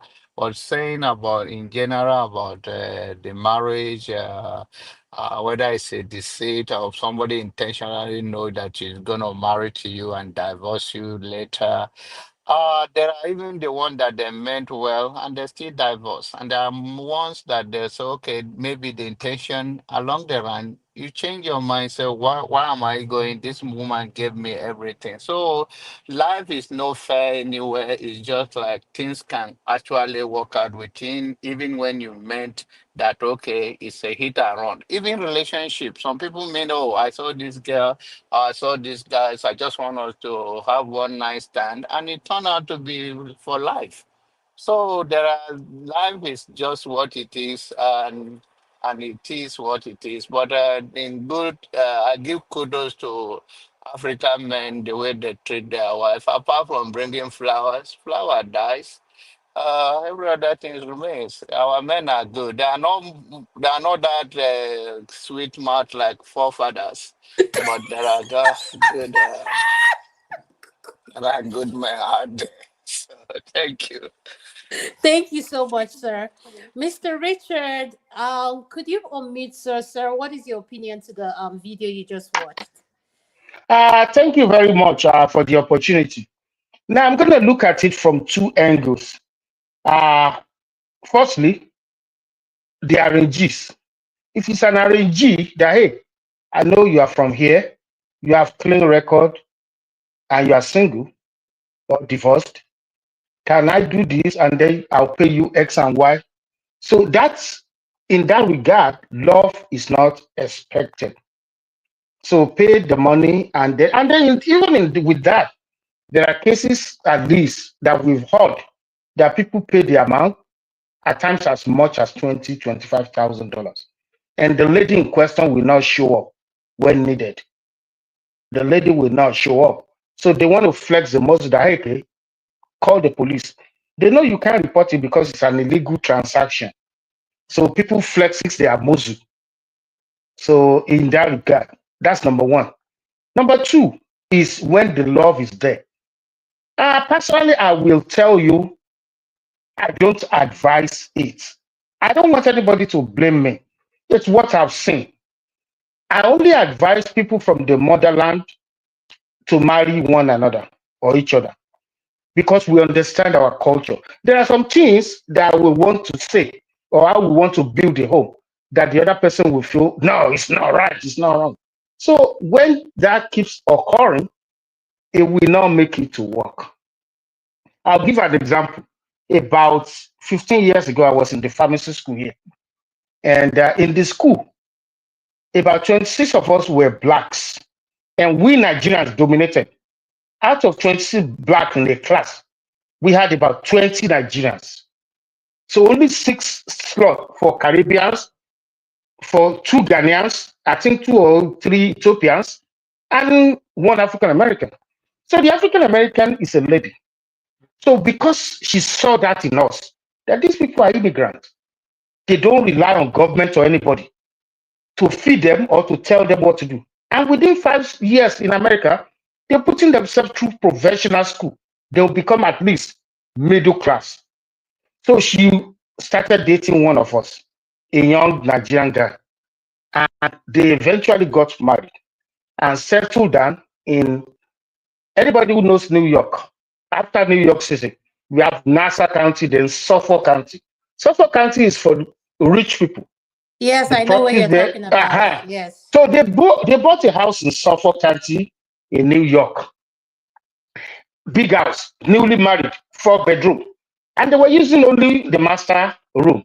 So this lady had a family, a guy, and came in to visit them one weekend. So the guy just said, "Oh, I came for a weekend." And then he saw that, oh, they have like 3 unoccupied rooms, nice neighborhood. Instead of him to spend the weekend, so after the weekend, he came back and he wanted to stay. The guy did not object to him staying because at least it's a family member. But the problem is this. In Suffolk County, that neighborhood, they don't like noise. This is a guy who will be coming at any time of the day, early in the morning, and late in the night, blowing music like crazy. That's number one. Number two, the guy said there was a night around 2 a.m. He came down from upstairs from his room and he saw this guy smoking in their living room and he was shouting on top of his voice on the phone. And he had to call him that, hey, this is 2 a.m. Why are you shouting and them smoking cigarettes in my living room? So that put tension on the family that they almost divorced because the guy had to tell his wife that I don't want to see this your cousin here no more. Number one, he doesn't dress well. He's a guy that dresses with his underwear showing, and then blasting music, smoking in the room. So those are the things that I see, the cultural differences. If you marry a Fulani, Igbo, Beni, anybody, Calabar, in as much as you are both Nigerians, I tell you, you can easily at least manage the little differences. The only difference that can cause problem in Nigeria is the financial one. When one thinks, oh, I'm the woman, why do you expect me to be the breadwinner? So that's what normally causes problem among our people. But when it comes to a Nigerian man, he might be a good man. And the African American lady might also be a very good lady. But because of those cultural differences, it's difficult, very difficult to manage it for more than 5 years without having problem about divorce or legal problem. So if I have my way, I'm not going to tell somebody not to do it. But my candid opinion is that I doubt it if it will work for a very long time. Okay. So thank you so much. Thank you so much. I want to pick back what Mr. Richard said. He said, our women are well cultured. So now let's reverse the case. If you bring African women and they live here, and you take American women and back to Africa, what do you think will happen to our women? Given that most of them, when they get to the diaspora, they tend to become someone they are not. And if we want to have honest conversation, a lot of our marriage are suffering. As soon as the women get here, the marriage is not. I've seen men who marry women and they say they don't want the woman to come over to the diaspora. So now the question is, we say Americans they lack culture. So how will you feel if this is done to your child? If your child brings someone home and says, "Mommy, this is who I'm getting engaged with." Oh, and I just want you guys to know he's not legalized. I'm going to give him his papers. We met in school. So how will that? Are we going to be having this same conversation? Electricity, I'll start with you. Thank you for that. That would be very challenging. Professor, I would thank whether it's my daughter or son for being open. That listen, I'm marrying this person for paper. I mean that's commendable. Or even though it would not sit well with me, but that's commendable of my daughter or my son if that is the case. So, but marrying for paper, let's be honest with ourselves. we can't.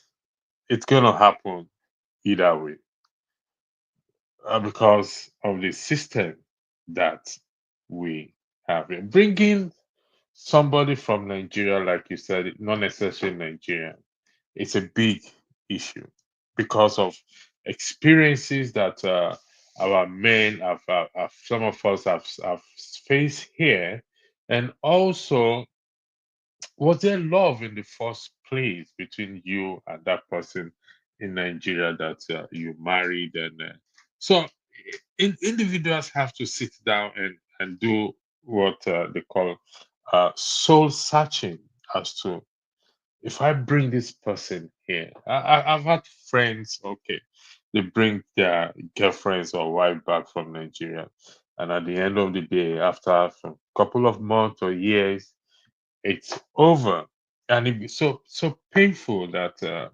because they want this connection, like Mr. Richard said, it's easier when they are Nigerians. What creates problem is finance, but when it's other there's cultural differences. I've been out with one or two on the other side of the aisle, and while they were nice, there's still cultural differences. Oh, put the kettle on, this and that, blah blah blah. I said, where I come from, I don't tell me I put kettle on. God forgive me. So listen, it's for bringing women here from Nigeria. Trust me, those who say they are not going to do it, I think we should respect them because they have the reason. But at the same time, keeping the women there and not recognizing their needs or their wants, and how do we now balance it? Thank you very much. Thank you so much. And I want to ask for those in the comment section wondering why we are having this topic. This is a segment that we want to deal about topics that makes us uncomfortable. This is something that goes on in the diaspora when we come here, and especially those we had someone here on the distant on the forum who was an international student. And for those that are listening, international students, when you come in, because you got a visa to come to school does not mean that you have your papers. So you have to marry someone to legalize your stay. And oftentimes they fall in love with citizens here and they have to legalize their stay. So at the end of the day, all I'm saying is let's be open. If it's going to be transactional, if you're falling in love with me, and I want to say something that I think we're missing. If you're a woman in your 50s and you fall in love with a man in his 50s, you have your papers and he doesn't. He relocates from another country to come meet you. Are you willing to sacrifice everything you have to secure the stay of that person? So those are things that happens. So why can't we talk about it? So Uncle KJ, I'll go to you, sir. Thank you. Well, it depends. Like I said in my earlier discussion, I mean, these are variables that are moving. They are all moving parts. Human being, you can't chain anybody down, and you can't also force somebody to, keep being in love if he falls out of love because of he's committed, one way or another. And so, if you ask me, because I already have a lot of friends who are facing one or two of these issues. One, the wife is here. They've been here for getting to 17 years now. They are citizens, but still there's problem because the wife wants to be with the superstars. She wants to be out walking around Beyonce and all the celebrities you have around. She's busy, and all that is on the expense of the husband, and the husband feels very uncomfortable handling such bills that are coming at the end of every month. So, you see, but she won't do any other thing. So, you see, it depends both on the side of the man and on the side of the woman. But what we do is we just believe God that it's going to get better. Nobody goes into marriage hoping that you're going to divorce, but somehow sometimes it comes like that. I don't know. I think I don't know what to say, but I've already made my point on this. So that's exactly what I think. I hope I'm able Thank to. you, Uncle KJ. I'm going to go to Uncle Ike. Uncle Ike, Ndewo, sir. Could you please unmute, sir? Good evening, everybody. Good evening, sir. Do you know what we are discussing, sir? No, I just came in and Oh, we were discussing marrying someone to legalize your stay in the diaspora. Is that love or deceit? um to be honest with you, it is deceit. I don't know any other language that you're gonna call it. It is all deceit. Um, because it is based on falsehood. So there is no relationship, there is no love, but you have an intention. You have an intention of using somebody to get to somewhere intentionally, which you know that you have no intention to, remain with the person. So what I think is that um, I think the easiest way out of it is if you find yourself in such situations, there has to be um, two parties to agree that this is the reason for the relationship. If that person is not told, if the two parties don't know this is the reason for the relationship, why the other person is believing that it is all about love, and the other person has every other another intention towards that, I think it is all deceit. And I think even in the eyes of men or God is not good. Because if eventually the man or the woman in the midst of the deceit fall in love and you refuse to fall in love, you find out that even your intentions is not going to work. So I think that for my personal experience, because um, I didn't marry a Nigerian, I didn't marry an African, but my experience is completely different, you know. So I think that people should people should say the right thing. People should let people know why that the relationship is being done. Let the woman or the man know your intentions, and if she's okay with it or if he's okay with it, fine. But if it is, oh, I love you, listen, I'm going to spend the rest of my life with you, you are the everything in my tea, but inside your mind, inside you have another intentions, the intention to use the woman to get your papers. Well, for me personally, and somebody might say, oh, because your case was not like that, that's why you do not understand. It doesn't matter what the case of anybody is. Deceit is deceit. And I'm not gonna I'm not gonna in any way paint it to become truth. So I completely disagree, and I'm completely against anybody using anybody. Marriage is not something that we have supposed to toy with. Marriage is an everlasting institution. That's why God started, when he started the creation, he blessed man.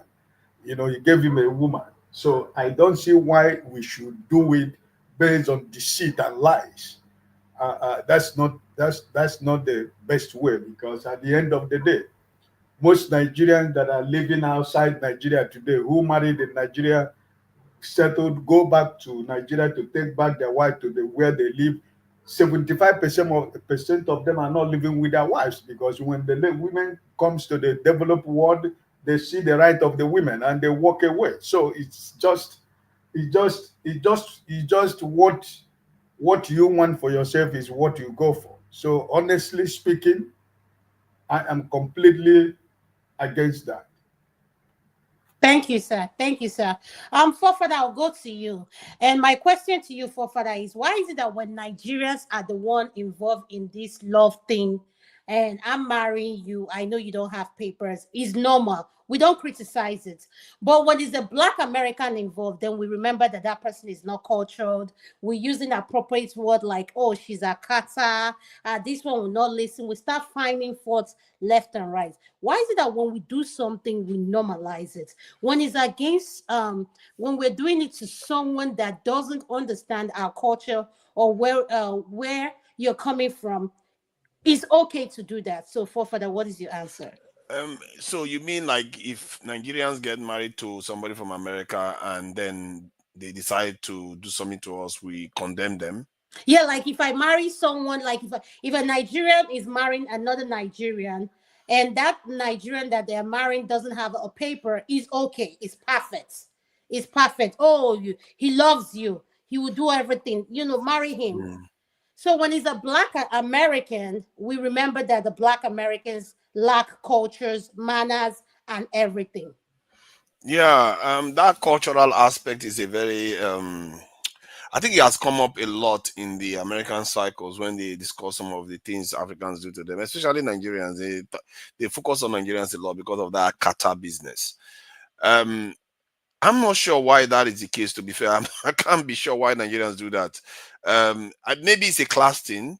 Because part of the problem with when we go overseas is that some of the best people in Nigeria go overseas, people that are generally better off in Nigeria. So that when they go overseas, they are brought down to a lower class, and then the people that they are brought down to, the level they are brought down to, they start acting like ghetto snobs and telling them they don't have culture, they don't have anything.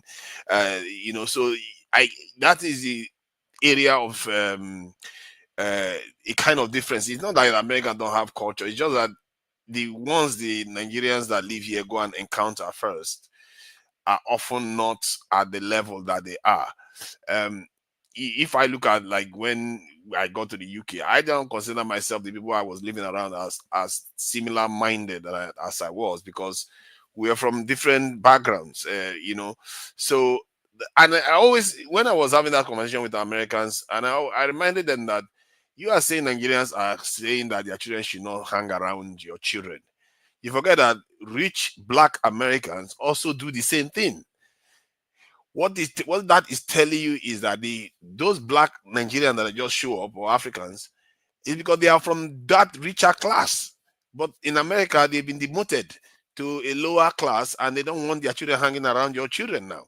So, and I think maybe that's the dynamics that plays up to an extent. Maybe another form of it is happening when we start calling down their culture and all the rest of it, because some of them have, let's face it, rotten culture or habits that most people in higher upper classes will not appreciate, and that is what is going on. And you can't expect people to like those ghetto lifestyle and gang banging and all that, toting gun, toting drug taking. This is, so you can't expect Nigerians that don't grow up like that to appreciate that. So I'm not sure it's just maligning African Americans.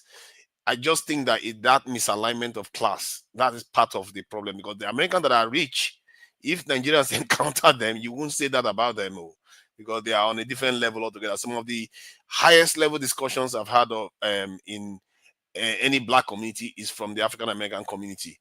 So yeah, that's what I think anyway. I don't know that made sense. Yeah, yes, you answered my question. Thank you. Uncle Janaba, while we are talking about mingling, we are talking about culture. Now, I want to shift the table a little bit.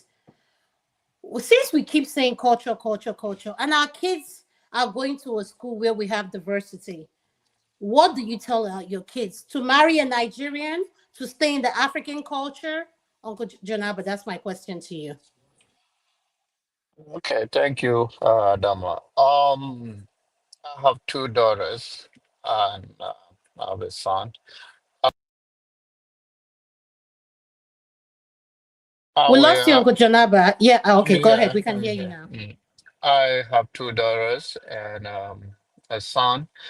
Uh, One of the things that I see is that the culture thing is a very serious thing. Sometimes you meet a very classic, it depends on the class of the people you meet. And sometimes it's upbringing. Uh, there are a lot of African American family that are very family oriented, and they are not ghetto at all.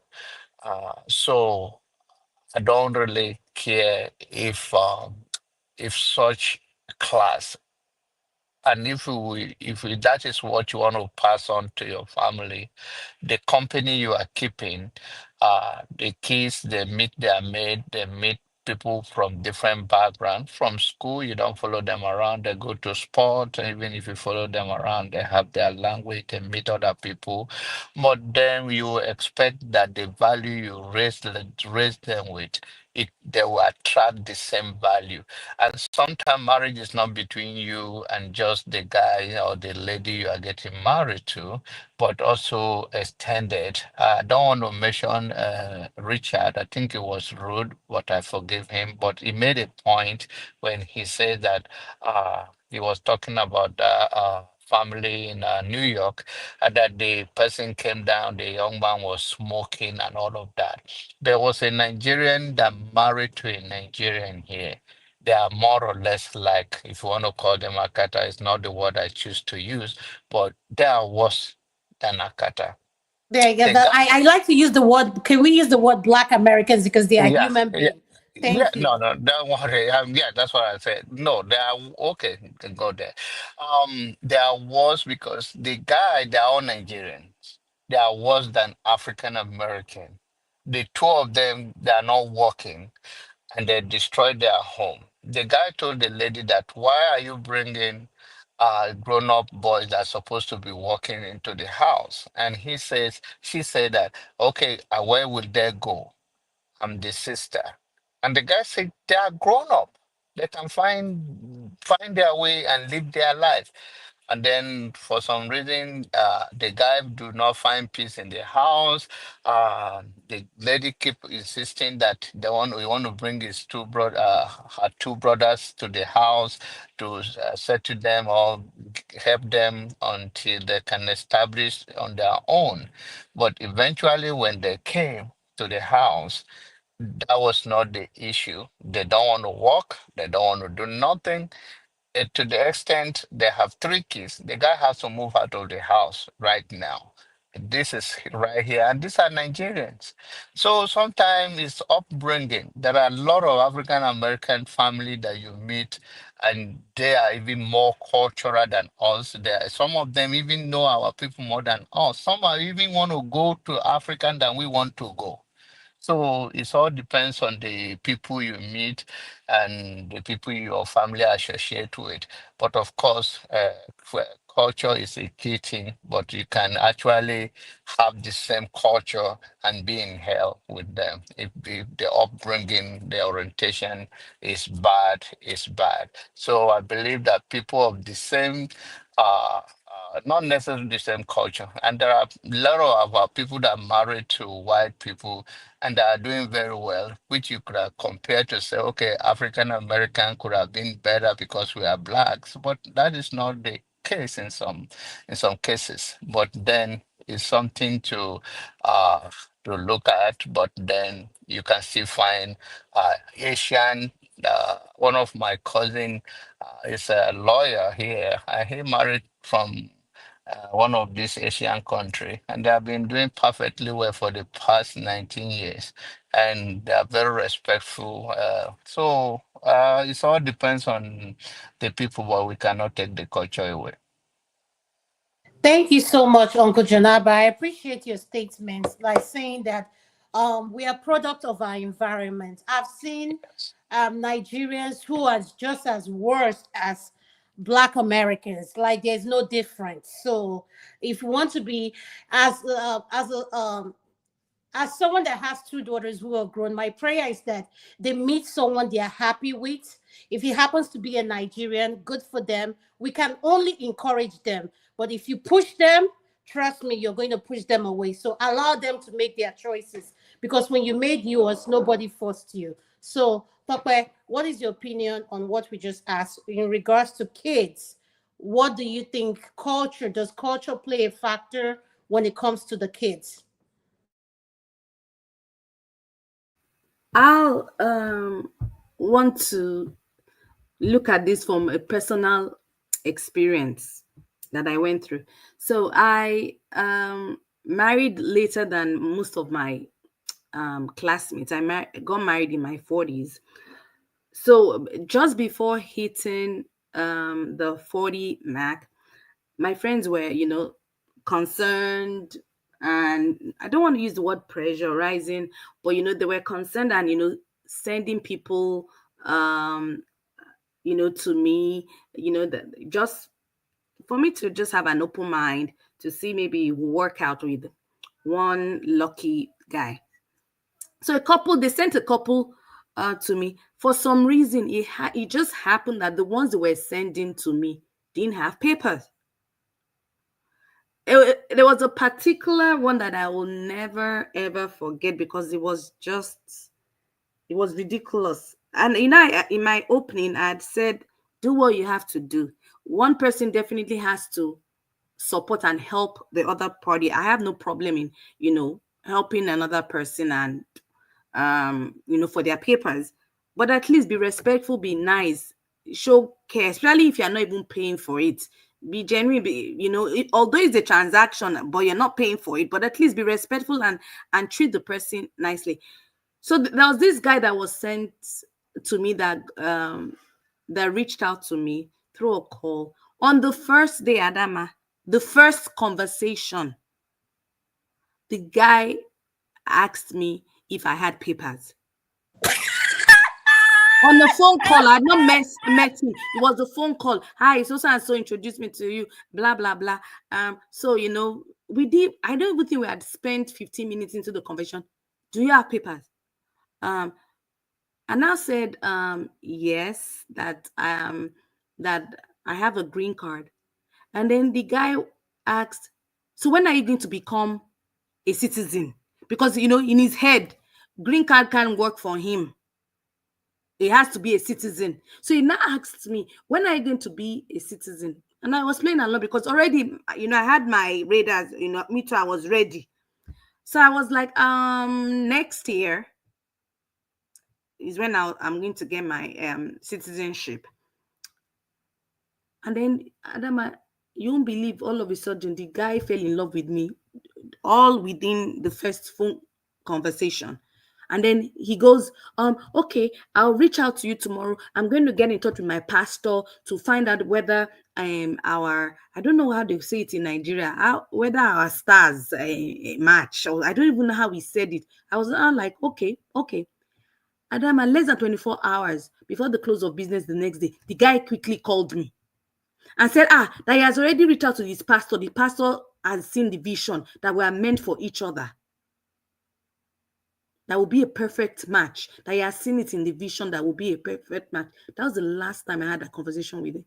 I got his Facebook handle. I just went there to go and, just kind of profile and see him. By the time I looked into his Facebook page and I started seeing white garments, pictures, I said, this is Salah in my Yoruba.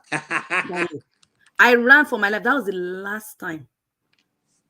So in that kind of situation, will you blame me if my daughter brings someone without paper and says, I'm in love with this guy? Obviously, that's going to be the first on my mind that yes, okay, yes, you are in love.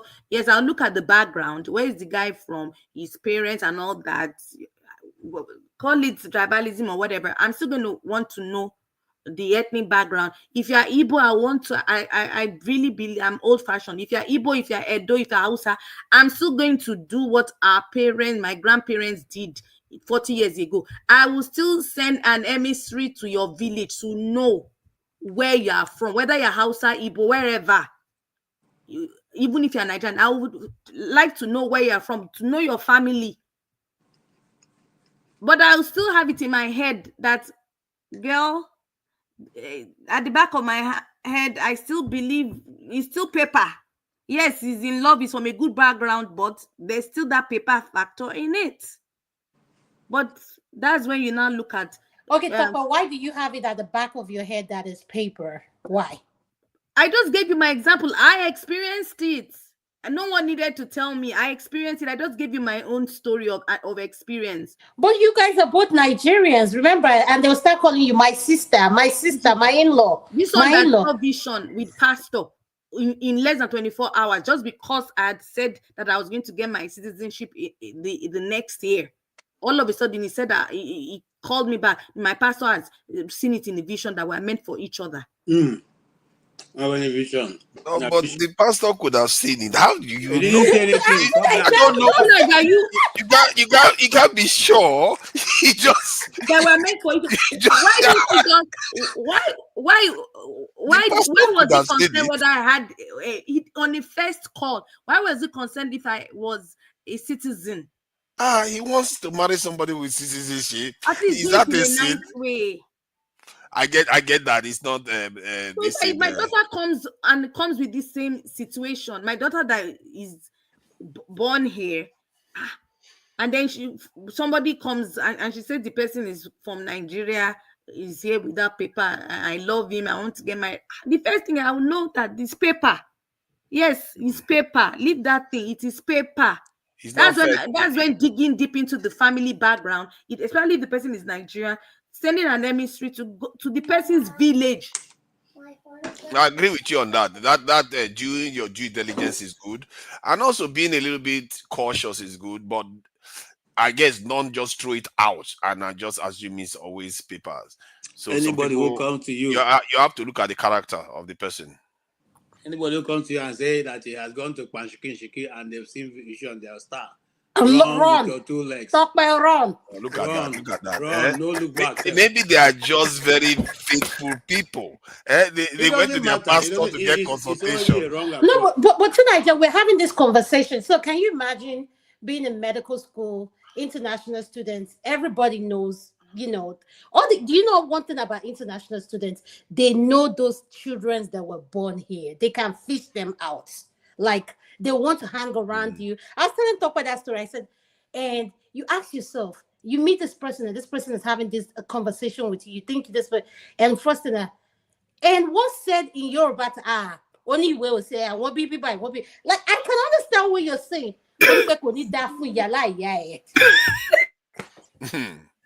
So I'm just sorry to say that we need to. Our people are so aggressive. What Tobi said, they are very aggressive. And at the same time, those ones that are so illegal, I'm sorry to use this word, they know the immigration law more than you that is born here. I start asking myself, if you know all these things, why are you asking me all these things? If you know all these things. And the one that drives me crazy is those ones with pride. Oh, I don't need anybody for anything. You can't do anything for me. I can do it for myself. I mean, calm down. You need someone for, like Tobi said, we all need help, a helping hand. Once, like in our lifetime, we need help. But Tobi just brought out a part of it that I want all of us to think about.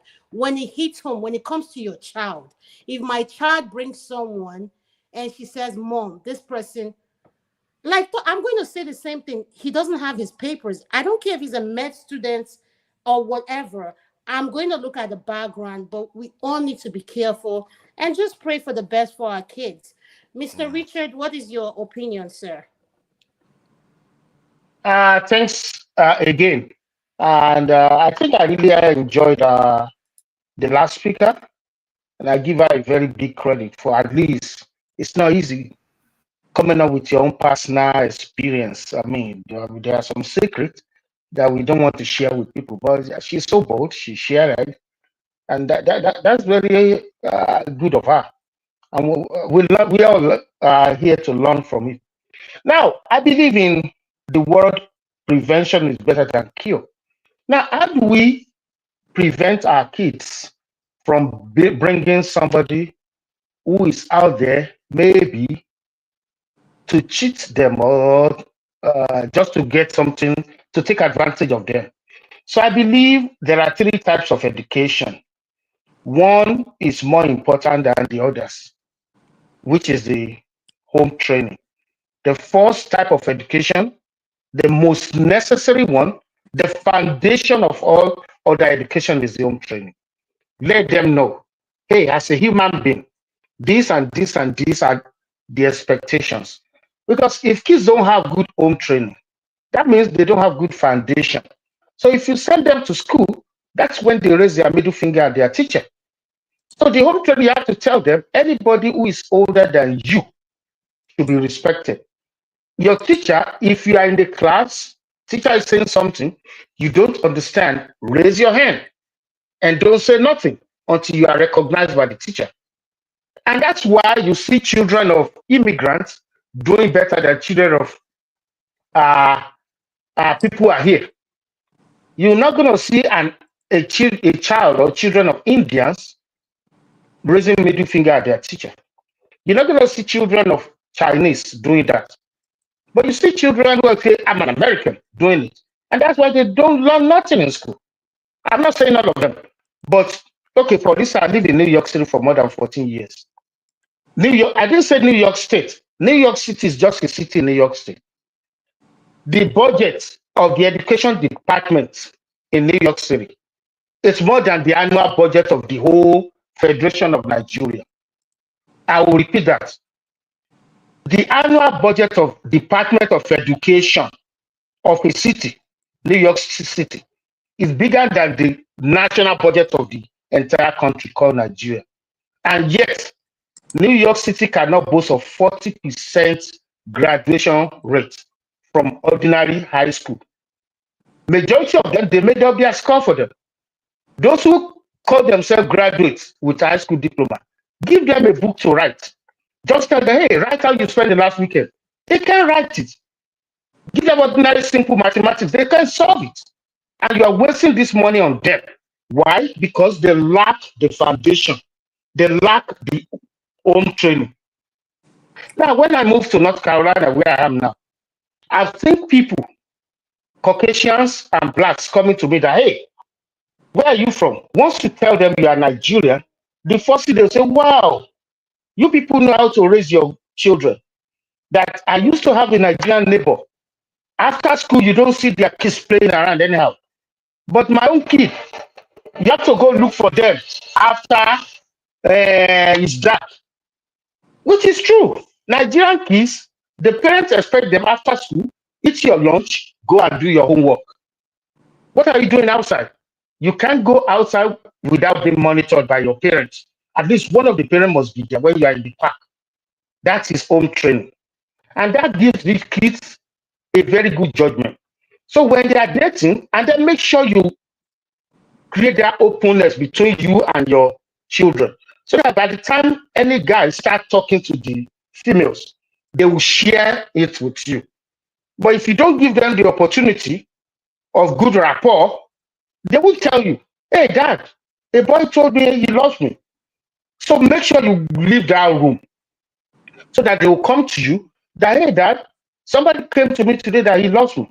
So you'll be able to advise them or guide them before mistakes are made, which is the best thing. But once again, there are 3 types of education. The most important one is the home training, which is given to babies till they start schooling, elementary school. And then everything we learn in school is the Western education, which is the second type. And then the third type is also involved parents, which is the street education. You have to treat them, however good you are, there are some bad people out there who want to take advantage of you. So you need to be home trained, school trained, and street trained so that people don't take advantage of you. Those When are you the say 3 spirit very. trained, Mr. Richard, not to cut you off, sorry. When you say spirit trained, do you mean spiritually trained? No, street. As in Street. outside, Do you say street. street? Yeah, Street? STREET.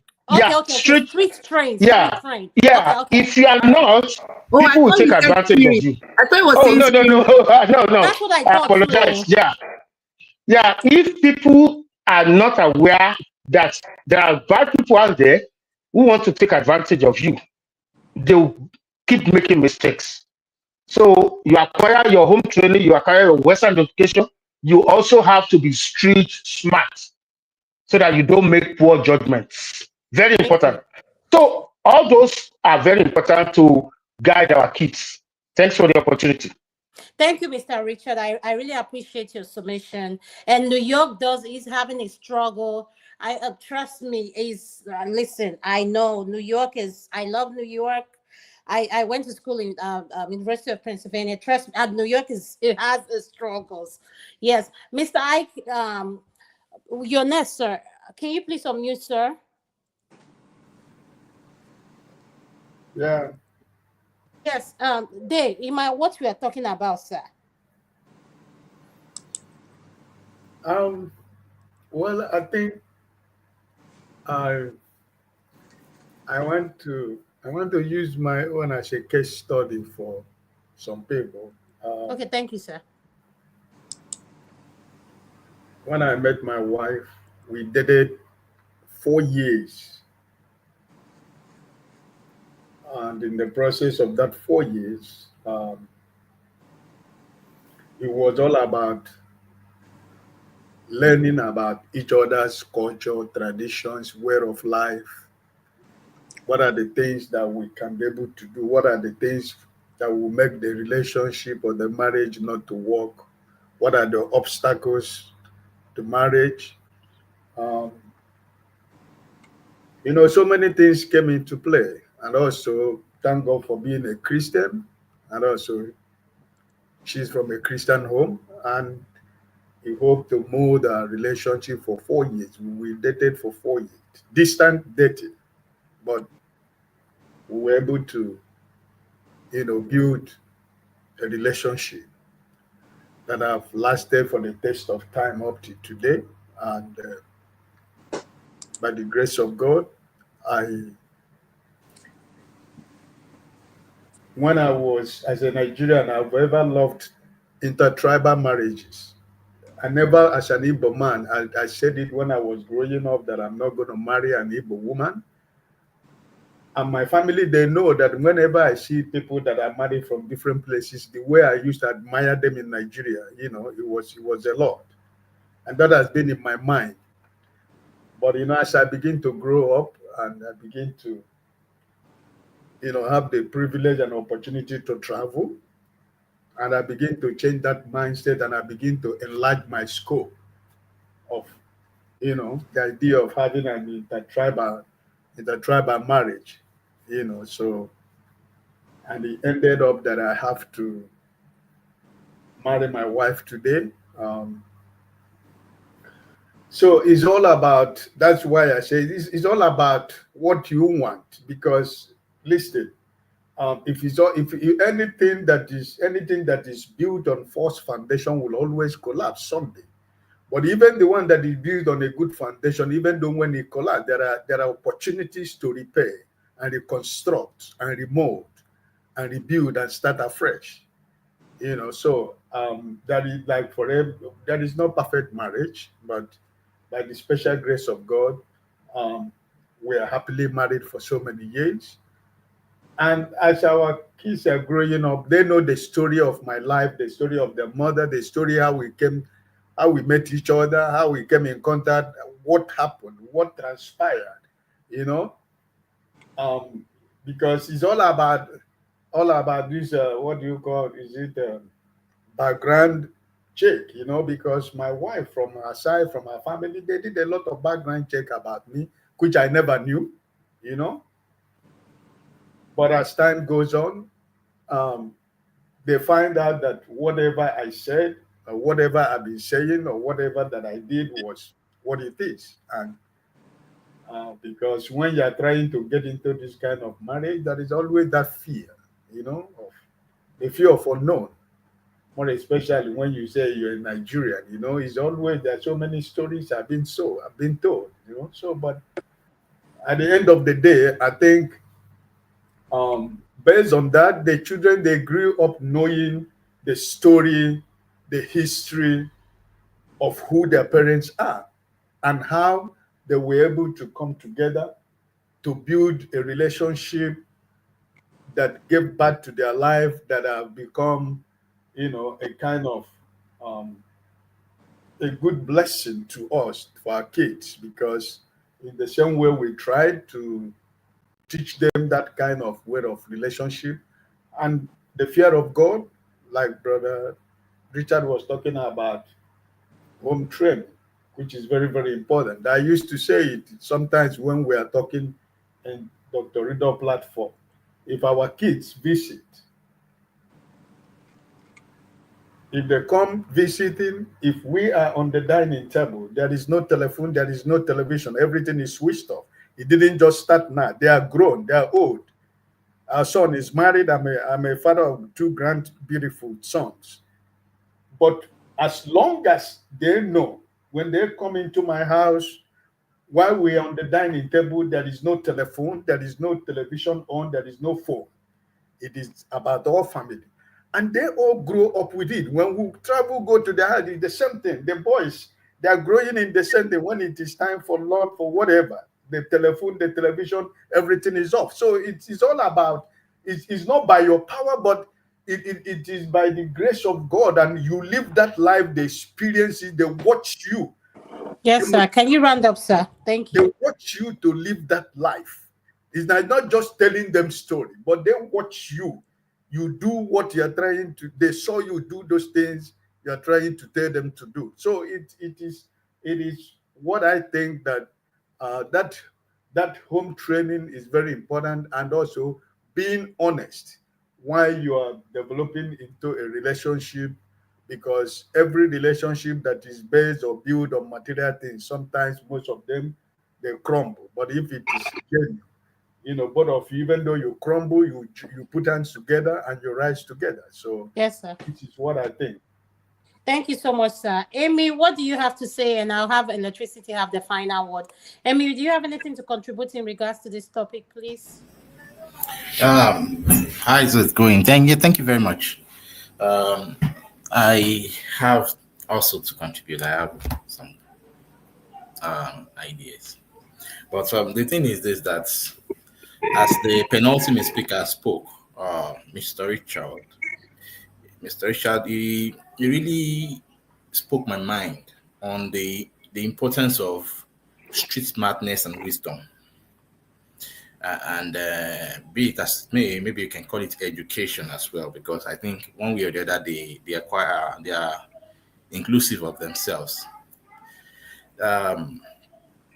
So we just need to have our children grow into friendship with parents, such that they can benefit from the wisdom of their parents. And because nowadays I think that is what is needed now. In the past, it is the fear of the parents that is the beginning of wisdom. But now these children, we have to just deal with them in a different light now. So I hope the parents can help the children grow friendship with them, so that they can learn these things right from the young age, and from there they can grow wisdom and use it to determine who is good. Because quite frankly, we have good men all around, and they are in need of help. I have a younger sister who works at Microsoft. It was, a time came that it was kind of difficult for her to see suitors, because one way or the other, especially in Nigeria, they feel like, oh, this person is a big girl and this and that. So you have good men who aren't bold enough to ask a hand, and even just to initiate conversations and even to see if there's a good light.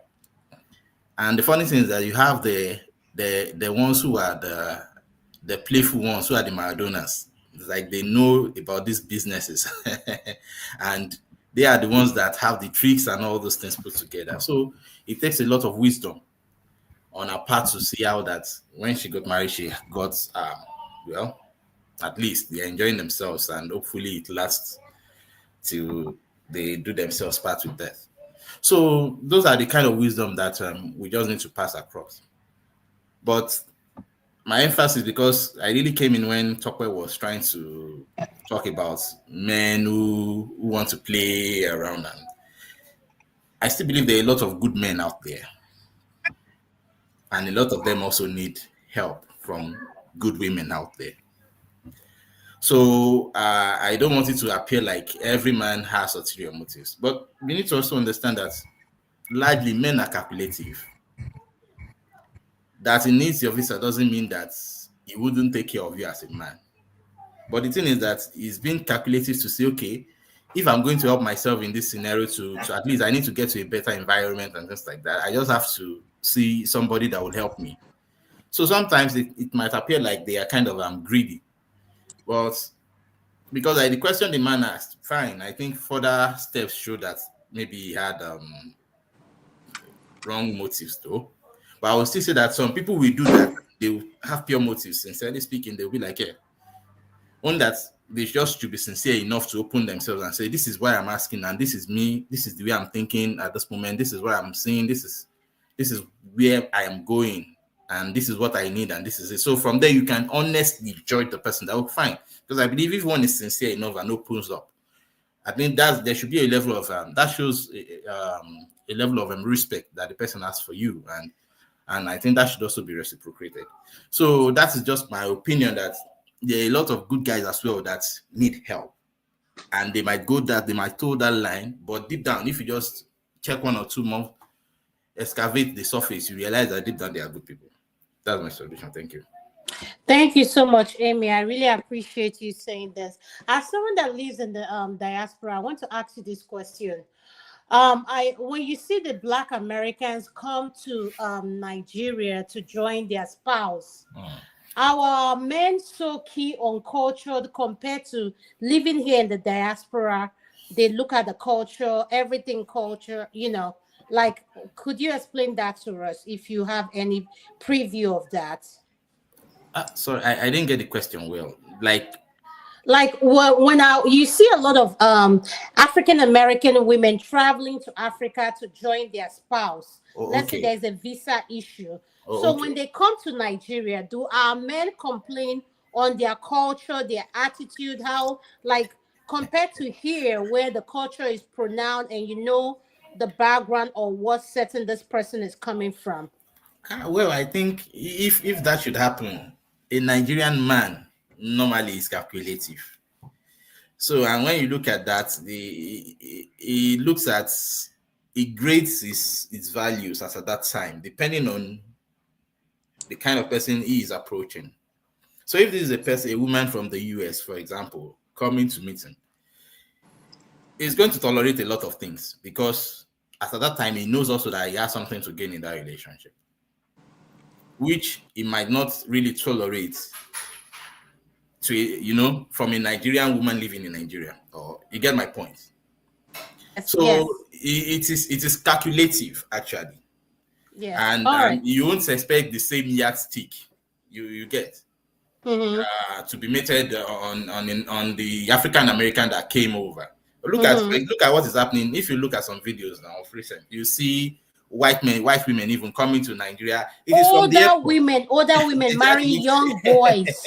It is even from the airport. You see our boys giving flowers. You ask me, have you even given flower in your life to any Nigerian woman? You get the point. But it's because the guy is trying to play a calculative game here. So that is just it. And well, I don't know what we can do with that. For me, I think I'm just indifferent. Thank you so much. Thank you. Uncle KJ, please, I want this transaction before I go to electricity. What does this mean in Igbo, since we are talking about kids? What does that mean in English? Well, from the little Igbo that I know, it simply means that when you finish training your child will now train himself the way he wants to go. Or it could also mean that when you finish training your child will now be the one to train you. So I don't know which one fits into the context in which you're asking. Thank you. The context I'm trying to say, since we are talking about children, I've seen children who come from a good home background, training and everything. And once they go to college, they come back a different person. So at the end of the day, we as parents, we need to stay on our knees, praying for our kids. And we need to remember, no matter how old they are, we still have to guide them as parents and wish them the best when they are out there. And at the same time, trust that what we've instilled in them, that they will follow. Because I think every prayer for every parents on this platform is to see their children do good. But when they go, that's why I asked Uncle KJ, contrary to what you raised them to be. Yeah. You just have to. Can I Yes, say, go ahead, Uncle KJ, sir. yeah. As a spiritual person, one of the things I learned early in life is that when you go to every territory is governed by a particular spirit. So one of the things I discovered as governing the space over this nation is that of authority given to women and the children, so that there are things here that you need to constantly contend against to keep you, your family, and vis-a-vis your wife especially, because I see that mostly, that thing attacks mostly women. Why? Because absolute authority corrupts absolutely, or absolute power corrupts absolutely. So sometimes it's a good thing to empower, but then you also have to be able to regulate yourself. But when you give heed to the thing that's available here, that will catch up with you and eventually will destroy, because itself, the governing space here is the greenback. The greenback can do anything, and so that's why I was reading a famous quote. Somebody said, "You can't do anything without money. Money is everything." So anybody who says doesn't like money doesn't know what the world is all about. That's some people. It may not apply to everybody.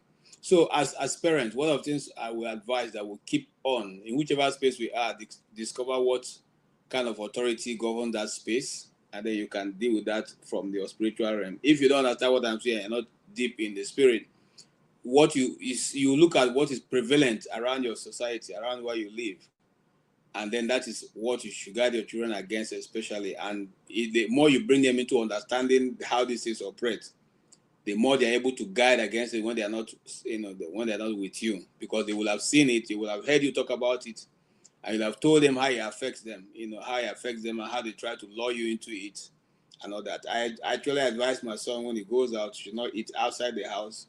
And he asked me why. He said, because sometimes what they use in cooking it will not go well with your bloodstream or your mindset or your brain power. And he said, I don't understand. I said, yeah, sometimes you can use a leaf to cook, and the leaf is to intoxicate everybody. And then you think it's a normal rice you're eating, but in it, there are things that may make you, not be able to control your emotion. And so instead of even trying to start in the first place, don't eat anything, don't drink anything. It's only what you drink that you have. And if you're sitting in a gathering and you get up, you're drinking, you get up and move out, and you didn't carry your drink, when you come back, don't carry your drink, no matter what the situation is. Get another bottle of drink, or better still, leave the drink alone.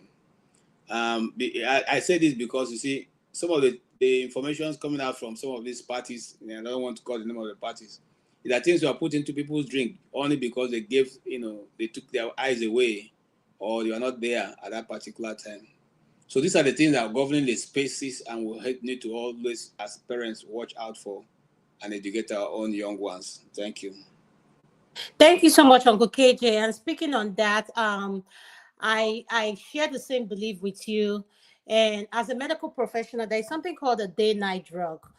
This college students use it a lot. And I'm sorry, there's a situation that happened, I believe, at Spellman and Morehouse. And it was basketball kids that gang raped this girl. And through two African kids were involved in it. These kids came in to study full scholarship. They were involved in it. So, like Uncle KJ said, that word I use, my father and my mom echo it a lot and say, whatever you do, remember the daughter of who you are. And I always tell my kids, don't eat out in public, because they will ask me why. I say you react to every little thing. And she said it. And up to today, at their age, I am thankful they are very mindful of their space. Even there is something they sell at Amazon regarding your drink. If you want to step out, it's something you put over your cup. I don't know how that will work in Nigeria.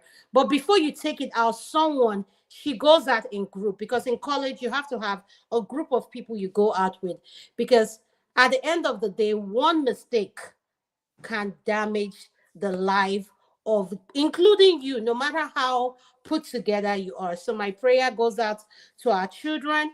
Parents, let's stay focused and remember that they are going to take over our legacy, and be realistic with our conversation. There's a question I see on the comment section that I want to address. He said, Adam, how do African American ladies, in terms of marriage and being very homely towards African American, just asking? Now, my response to you, sir, is this. We have a lot of African American women, just like Uncle Jonaba said, who are very homely. They believe in the American, even though they're African American, they have the orientation of what it takes to be a good wife. They love everything about Africa. They are dedicated women and they are professional women. And it has nothing, there's something Uncle Jonaba said.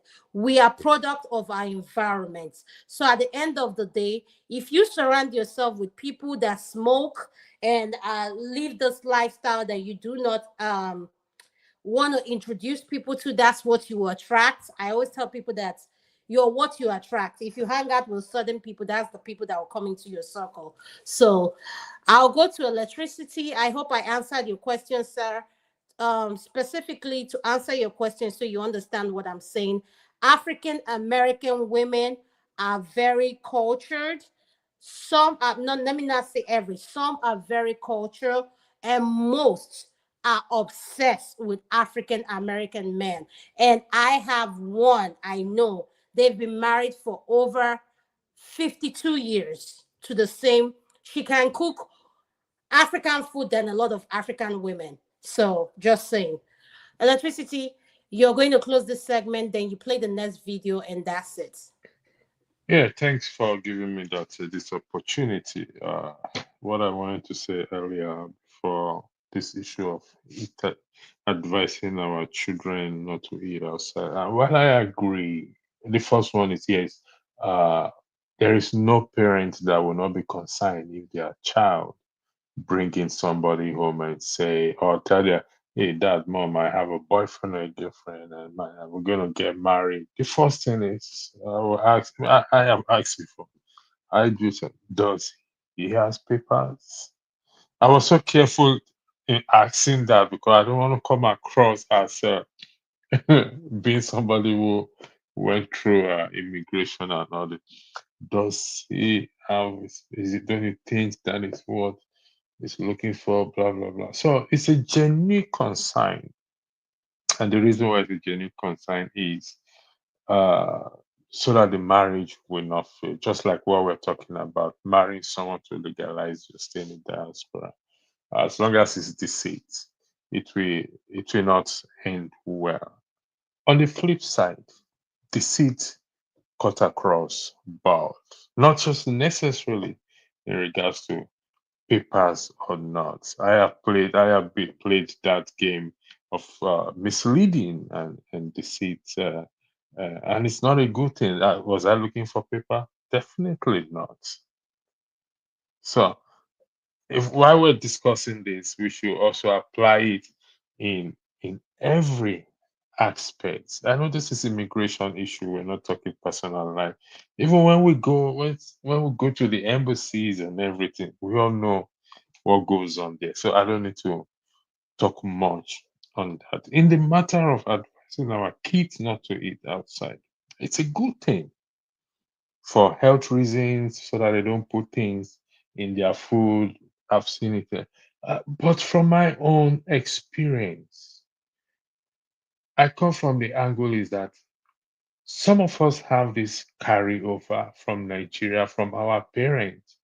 Don't eat here. Don't eat here. They may put something in your food. They may put juju in your food. They may put this in your food. They may put that in your food, which oftentimes is not the case. Selling fear to our children. That is the angle I want to add to. Yes, let's advise them, but it must be based on what on not must not be based on bias of oh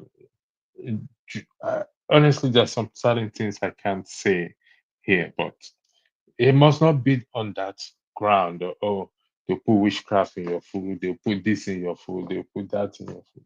Goodness me, listen. Uh, Above all, in spite of our discipline and everything, like Adama said, somebody who is well brought up at home, I went to the university. and came back terrible. Is it the parents' fault? No.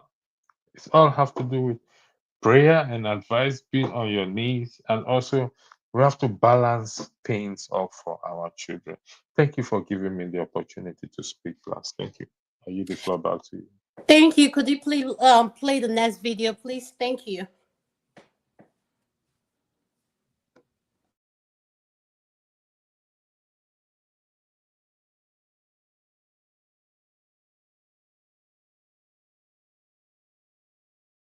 Immigration tribunal decision. Right. What are your next steps? Are you going to attempt to fight deportation? Well, there is no deportation order, first of all. I need to make that clear. The next step is already done, meaning that there's a case in court already. There is, it's an ongoing issue. You entered the UK on a visitor's visa in 2005 Yeah. and attempted to regularize your status in 2015 or 16 before applying for leave to remain in 2019. Yeah. Some people might ask why you waited so long to try to regularize your status, especially given that you're a high profile person. Yeah. Because essentially that means that you've been in the UK all this time unlawfully. I was just a regular person, helping people in Peckham, Queens Road, Peckham. Of course, I lost track of time. I came here as a boy, 25-year-old boy then, and you have uncles and families saying, this is sorted, we're doing it. Until I realized it's not done. Do you think that you should be allowed to stay in this country, given that you have been here essentially unlawfully for close to 20 years? Well, the court and all the other processes will decide that. If you do lose the case and you are removed from the UK, will you move your organization to Nigeria? It's impossible. My organization is here. My organization is everywhere. And to move it to anywhere else means leave people to keep killing themselves. So no, we're not going to move the community or the movement. We're just going to establish more and find a way to do what we need to do. I know you've said multiple times on social media, rightly, that you haven't faced any criminal charges. Right. But there have been a number of serious allegations made about your former church, SPAC Nation. Okay. In 2024, the Charity Commission did publish their inquiry report, and they said that there were incidences of serious misconduct and mismanagement when it comes to safeguarding and financial transparency. Right. What would you say to that? It is false. They've been on this thing for the past 4 years. So there are allegations. There are issues.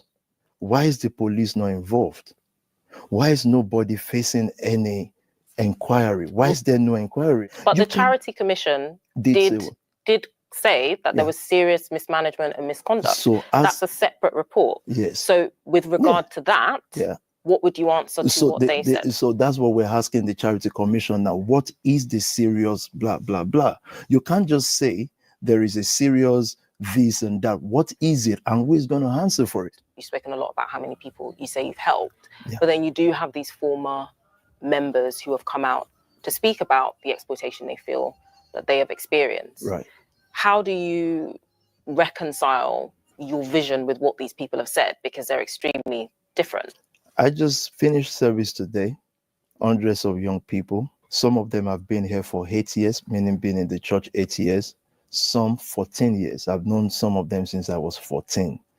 And you need to hear what they are saying about the church. So please, for any reasonable human being who is not just victimizing anything they don't like, if you have 1,000 people in a place, are you telling me 30 people will not be disgruntled? This is more than being disgruntled, though. These are serious allegations without of fact. abuse. I've asked you if you have any fact. Situations happen, but there's no fact that the church was directly involved or that the church didn't take action if reported to. So no one ever came to you or presented any of these allegations to you about financial exploitation? Not once. We set up, when we heard these things, we set up a panel of inquiry, independent. We picked people from outside the nation family or SPAC Nation, and we asked people to come forward. Thank you so much, Electricity. All the UK people, I know they know themselves. Let me not call them. Nigeria happens to be one of them. AB is one of them too. AB, please answer my question. Our Louis Vuitton Pastor Tobi, please can someone explain to us what is going on with? Did he just say 25 years old man like he's a child? No, he said boy, Old boy. boy. The arrogance. I don't just see him talk. Talk, I'll go see you. Talk, what is No, I didn't have anything to say. I want the London people to talk. Like, okay? He is so Niger, please honor us Ah. with Pastor Tobi. What is your opinion on Pastor Tobi? Oh my God. Yeah, the moment I he was said supposed to comment on this fraud, marriage fraud team before you guys move on. That's what I'm here. Okay. All right. Okay. Hold on to Niger, please. Before you comment, let AY comment. AY, when did your night change to F? What is this F for? You see, that's the fraud we are talking about. No, that's not me. We can't see you now. AY. What is your name? I'm seeing F. F. Is it my eyes? Is my eyes paining me? That's part of the F stands for fraud now. F stands for fraud. Now we 4 wives. AY wants scammers. Which one are they now?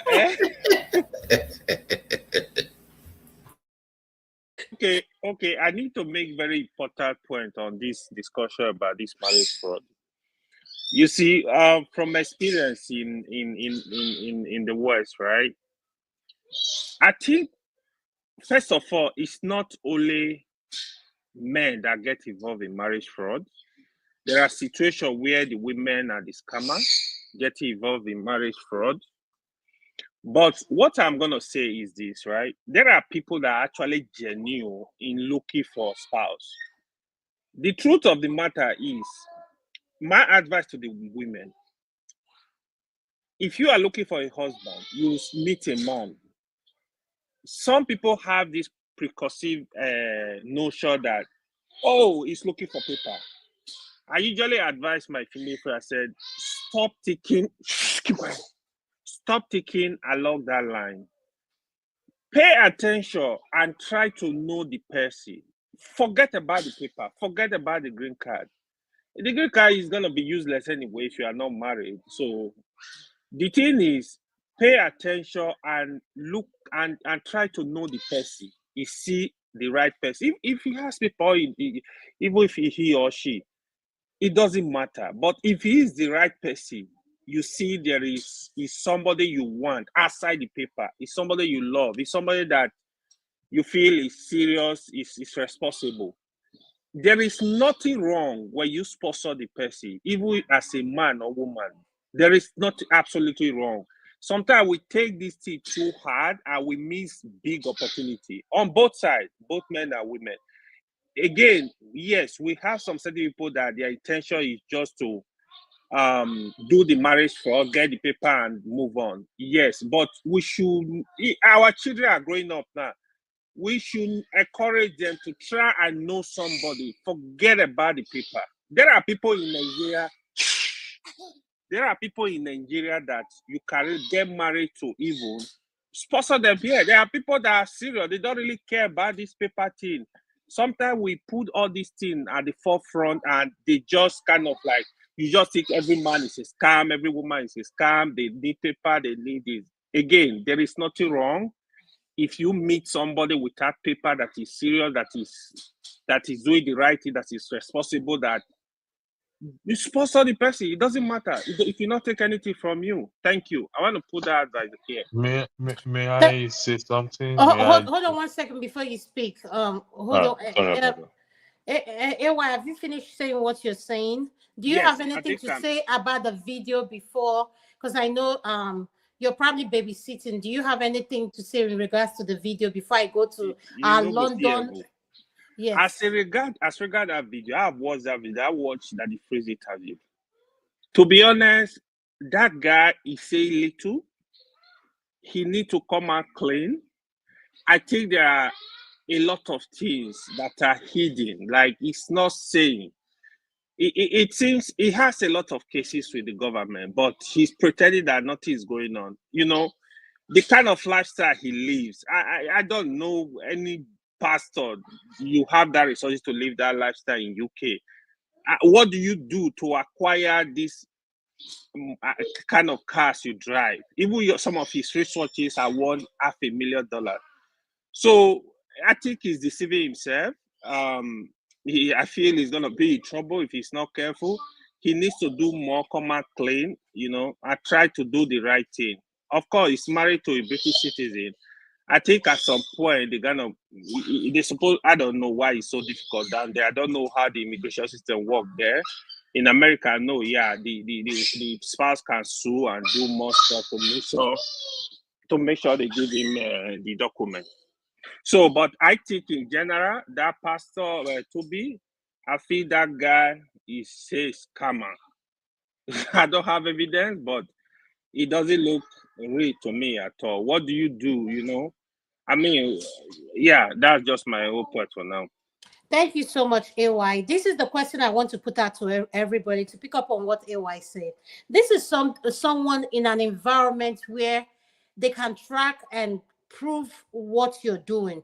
He's labeled the Louis Vuitton pastor. Everything he does is designer. So can you imagine putting him in a Nigerian setting? Even the Nigerian people are saying they don't want him. Where there is no law, we can't identify anything, we can't prove anything. Forget it. So now my question to the UK people, why is Pastor Tobi refusing to go back? He said as 25 years old boy. Electricity, I'll go to you, then I'll come to Nigeria. Go ahead. Yeah, thank you very much. When you say why is he refusing to go back, I don't think anybody will want to go back. But here's my take in it. His flashy lifestyle actually contradicts. I'm not in a position to judge, but to make a judgment call. It's moderation. It's way beyond but this thing also happens with men of God or pastors in Nigeria, the pastors that has a bulletproof car, bodyguards, and everything. But there's one thing I can guarantee you. I can guarantee us here. If he's deported to Nigeria, forget it. He will have more followers than the one he has in the UK. I can guarantee you that. Because why? Because of our gullibility when it comes to religious matter. The government definitely have the evidence they need against him before he came into light. They definitely have all the evidence. Now, if he breaks the law, then that is another thing again. But they say the law is an ass, and you'll be surprised at the end of the day, particularly given that he has a British wife. They may say there's nothing they can do to him. If there is no criminality found in what is it forbidden? Is anyone forbidden from having 20 cars in the UK if you can afford it? The answer is no. You can have 1 Electricity, are million you cars. trying to say that what he's doing is lawful? Well, Is no, he a I said it's scammer wrong. or not No, now? listen, he exploited those whichever people he has exploited. It's absolutely wrong, without a shadow of doubt. We can't call good evil and evil good, but when it now comes to the matter of the law, it's a different ball game entirely. Because it's braggadociousness. It's the way he said, if they found anything wrong with me, they should have brought it out now. So you can see the man is beating his chest. Or the boy, I beg your pardon. Is it boy call himself? He's 25 years old. He's beating his chest. And this is the problem of us, our gullibility. And you can see the video there, the church people there. Don't be surprised. His members are also equally fighting for him. Some of his members will be fighting for him. They're going to see this. The members he scammed. Come again? I said the members he scammed. Electricity. Yeah, listen, Tobi, when it comes to matter of religion, trust me, it takes a great thing to break to open people's eyes for them to say, listen, you are being scammed. It happens in Nigeria. You tell them, listen, what this man is telling you does not correspond with what is in the Bible. They'll say, leave her, I beg. Now, pastor, now God send her. What you may do? You don't talk, you don't talk. Let's leave you in this and that. I'm telling you what is going on. But I hope those people that he has defrauded will come out. They are the one that can hold that case against him. Because if they said he did it willingly or not, then the government have a lot to prove him wrong. We're just being realistic here. What he So, did is wrong. Electricity, my question to you is, should he go back to Nigeria since he is staying in the UK without any papers? Yes or no? See, that's not a straightforward answer. Okay, it's there illegally, and when they process everything, if he's going to be deported, they will deport him. The authority will deport him if that is the case. But if he fights his case, then he's going to stay there, because going to Nigeria is going there to do worse. He will do worse. I'm telling you the truth. He will do worse. What worse thing can he do in Nigeria apart from following Davido? Is only Tokwe, hold on. Tokwe, go ahead, speak on the matter. Davido. Go ahead, speak. Go ahead, Tokwe, speak. Electricity, are you done talking? Because you didn't answer the question. I asked you a simple question. Should he be deported? They denied him staying in the UK, even though he's married to a UK citizen. And this is a man that allegedly has defrauded his members. Okay. You use the word allegedly. Electricity, we're not playing law here. We're not in a court. It's a question. The simple question is, you see, that's one thing I don't like. Is a yes or no. Should he be deported? Okay, just for the purpose of argument, yes, he should be deported. Thank you. I yield the floor back to you. So, to Niger, you are the last Londoner on this thing. Please, what is your opinion? Okay. Yeah, I'm just trying to. I didn't know too much about this pastor. But from what I gather, first of all, 25 years is not a boy. I don't know where he got that one from. After many years in the UK, he never picked up that 25 years is not even close to being referred to as a minor. But yet, from what I gather, he's been defrauding his members and, getting them to open bank accounts, knowing that the individuals may have like ability to get overdrafts, and they will withdraw the money. Like they will withdraw about 1,400 out of 2,000 pounds overdraft, and then leave the person that they claim to have set up a business for with the overdraft to pay. In other words, it's technically defrauding them of their money and their what. They did that in so many different forms, like having somebody open a business and using the business to take a loan 5,000, and they extract that money from the person. So I don't know how true these things are. I cannot. It's just no, but tonight, let me help you here. I started this before I brought it here. Allegedly, this is a man that helped the homeless, and I wish Boom Boom Ray was here. And if you know the streets and how the street works, these are people who are gang members who fight. Like, these are people who are trying to get their life together. He started his church opening a rap section with Christian music. Gang members, they'll put on these things, then he'll tell them take out a loan on their name and show it back to the church. Allegedly. I'm using the word allegedly. And these people, there's a documentary, I'm going to put it on the private chat. It's a 1 hour, almost 2 hours documentary on him that was done about him. The victim speaking out, young youth, how he took advantage of them, to the point of asking the church, his members, to sell their blood for money. Okay? And he likes hanging out with Davido and AKA Daddy Freeze. Daddy Freeze is one person that calls out pastors or this mega church about their tithes and offering. But when it comes to Pastor Tobi, that the priest now his lips is sealed, he has nothing to say. So the question I'm asking now is to Niger. You are in the UK and he's married to a UK citizen. Should he pay for his crime and be deported back to Africa, or should they keep him in the UK? That's a tough one. If he's married to a British national, especially if he's got a family there, I don't think they have a right to throw him out. They will. That in other words, you could deprive the children from their own parent. For somebody that has been in the UK for going to 20 years, I find it hard to recommend that they throw him out of the UK, because for one, he should have sorted his papers out by now. Exactly, to Niger. Why did that's the golden question. Why has it taken him this long, for almost 20 years? Yeah. Okay, hold on, to Niger, please. Can I ask you a question? There's a question.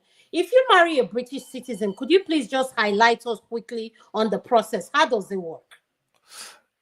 Wow, that has changed quite a lot. But if you are married to a British national, generally within a couple of years, if you abide by the rules, like not claiming public funds and all the rest of it, I think within 2 years you should get indefinite leave, and after another 2 years you should be entitled to applying for citizenship. So there is a route, from what I remember, from 2 to 4 years you could apply for your British national passport. So yeah, they do offer routes to that. And if you have a child, that is even stronger, because it's harder to separate the parent from the child, because you are depriving that child of their parent. So the parent generally can sue that, okay, they have a right to have access to their child. Often people can stay just because of that, even if they are not married to a British national. So that is the part in terms of true marriage.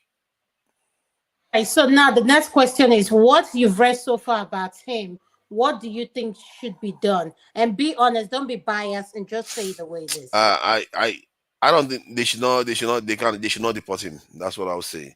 It's only fair. He's been there for 20 years. Whatever he is, probably he turned into that inside that country anyway. So why export the problem to Nigeria, or deport the problem to Nigeria? Whatever he became, he probably fully became it in the UK. So let them deal with the problem there. So it's like if a Nigeria goes to the UK, when they were going to the UK, they were normal. Then when they are in the UK, they become criminals. Then you want to deport the criminal back to Nigeria. They are UK criminals. Let them stay in the UK and let UK deal with the problem. So personally, I will put that from that point of view. If he wants to return to Nigeria, he is free to return to Nigeria, since he's a Nigerian citizen too. However, the good thing that he has done, I don't know how much good he has done and how much bad he has also contributed. The way he was talking, I'm not so convinced of his. It could be that he's innocent, totally innocent of all these things, because if he's taking knives off the street and making young people's lives, young black men and underclasses lives better, you can see a situation whereby authorities may not like him very much. They will find a way to just get him out of the way so that the culture will remain. But you can also see a situation whereby he may even, like, how Nigerian pastors make people faint. That sorry, there's a bit of Tope, can you mute, please? Yeah. Sorry about that. Okay. Yeah, it's okay. There is this case, how Nigerian pastors, when they touch somebody, the person will faint, and so they talked about his church, where young men will come and surrender their knives at the altar. They will leave their knives and stuff like that at the altar, drugs and knives. So if they are leaving their drugs and knives at the altar, could he have put them up to it to make it look like they are doing a good job? Is that possible? Because Nigerians are very good at doing all these dramatic stuff. They are very good at creating How can he be married to a citizen? And I know they do all this right of abode, you marry a citizen and all that, but for 15 years, there's more to it. Yeah, he should have. If he's married to a British national for 15 years and he has children settled, all these years, no, there's more to it. Yeah, he has not been convicted of anything. yet, and so you can't deport somebody when they have not been convicted of anything. No way in hell. Nobody. He's got this in a wife there. If he's got a child, forget it. He's not coming back. They're not going to deport him that way. Who told you? He will have to have been convicted first. Can I say something too? Go ahead, said I'll let you speak, then I'll go to Uncle KJ, then I'll go. I kind of support what Tuna just said. To be honest, we got to remove emotion from this stuff. It's going to be very hard. His wife is a British citizen, he has children over there. It's going to be very hard to be deported. These children, the wife can sue the government. That's one. The second thing is, what you guys are saying that, his member do overdraft of 1,500, this little money. The money that's been discussed, to be honest, this guy, in my own assessment, is either is involved in drugs or is a yahoo. One of them. This is big money. This is more than this 2,000 pounds. This is big money they're talking about. In my whole opinion, to be honest, when you say $2,000, how much 2,000 are you going to gather to buy Lamborghini? Thank you. Thank you, Wike. There is more. If the government there is more than this to 2,000. Exactly. Yeah, the other thing, the court document said, he said, it's his wife that he's taking care of. He's living on his wife's salary, blah, blah, blah. Yes, that is why. Then what do you do? You want paying for his lifestyle. These people, I think this is a topic I will tell the government we need to bring on. Nigerians that are also, every day we complain of the government, we complain of the silly going on.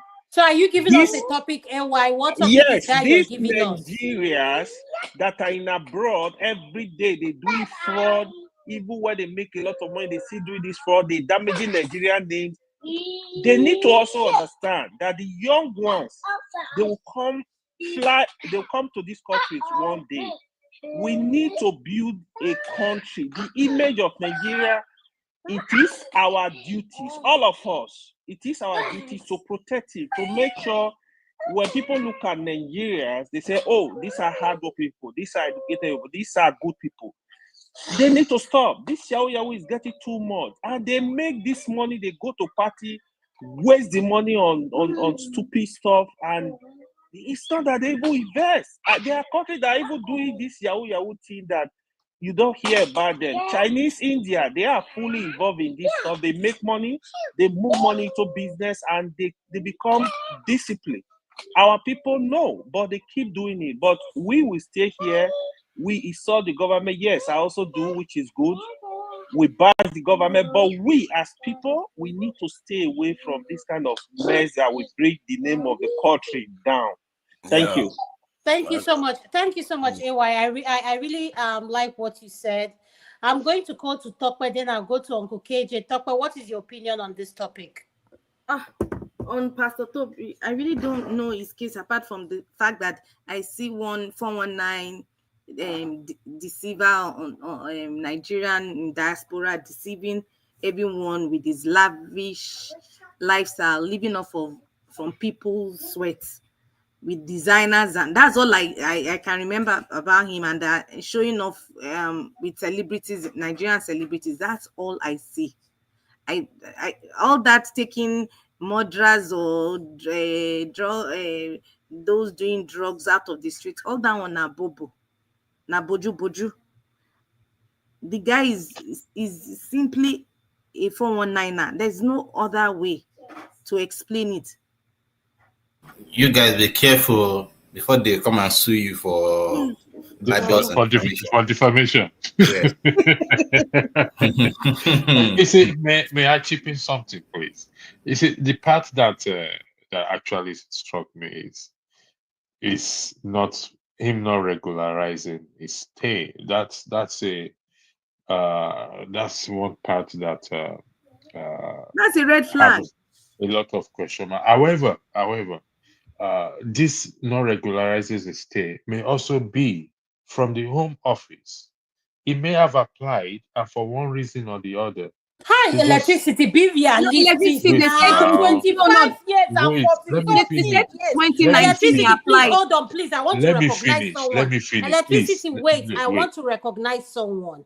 Oh, okay, fine. Fumio is a lawyer and she's in London. She's someone who is in London. What you have to, if I want to listen to anybody, is Fumio, a woman in the comment section who knows the British law more than you and electricity. Electricity, you're just talking. Please wait wait. Wait, Adama, let me finish. Electricity, are you the moderator or am I the moderator? Okay, my apology.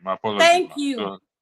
I don't want you to stop paying. I just want to give a shout out to you.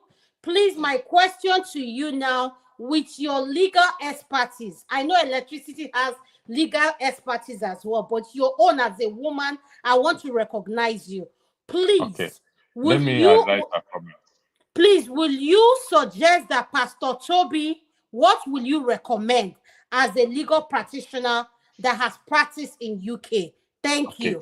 Electricity, go ahead. While we are waiting for Fumis, actually, my wanting to comment was based on what she wrote, that as he covered his tracks that well. Also, when people have suspicions or the Home Office suspect them of criminal issues, they don't go ahead to just issue them paper. They delay it. I'm telling you from what I know. I'm not on his side. Don't get me wrong. I'm not on the guy's side. If his fraudulent activities has been brought to the attention of the authority, whatever you apply for will be kept on hold. Will be kept on hold. They may not tell you. They may just tell you, we'll give you one excuses or whatever. It will be kept on hold for years. And but electricity, why I'm pushing back at what you said, everybody had that video when it played. When the lady asked for BBC, why did you take that long? He said, Tobi, did you hear that part where he said his uncle, family members were like, we took care of it. Yeah, they took care of it. That is a took care lie. of what? What did they take care of? That is a lie. I'm on your side here. I'm on the side of Fumi. That is a lie, a blatant lie. There is something that made the Home Office to have held back. I'm telling you the truth here.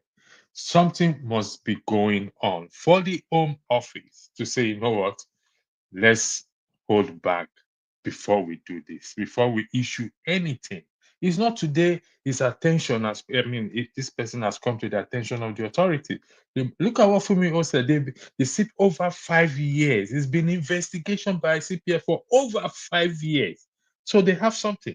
Thank you. Are you the floor back? Thank you so much, Uncle KJ. As the pastor on the platform, please, what is your opinion? Okay. Yeah, I think many things cause the question. This is my my own opinion. First and foremost, you said something. About the youth coming to his church to drop their knives and all that stuff. That can easily be arranged. You know, like I said, my first degree is on theater, so all that can be arranged by anybody who wants to beat the system. Every Sunday, you arrange a new set of boys who will come and drop their knives, and they will shout and praise God. But you know that God didn't play any part in it. So the other thing I hold against him is I saw a video where he was saying, someone was telling him, Jesus about what they say, what is the part of Jesus here? Which Jesus? Excuse me, which Jesus? So except these days, you don't know which is true video or which is not. But from the little expertise that I have about what pictures, I think that was real. He was actually not happy when he was called a pastor and all that. He refused that he was a pastor. So now that he's claiming to be a pastor, whenever it's easy, when they're accused of a crime and you say you're a pastor, people kind of try to wave it aside or try to look at you with a different eye because they think you are somebody who's supposed to be a moral leader in the society. But like you said, in the West here, when they don't have a convincing evidence, they may not necessarily go ahead to prosecute you. And for them to have come this far, they have something on him, and they're only putting their ass together. If I were him, I would start making second plan.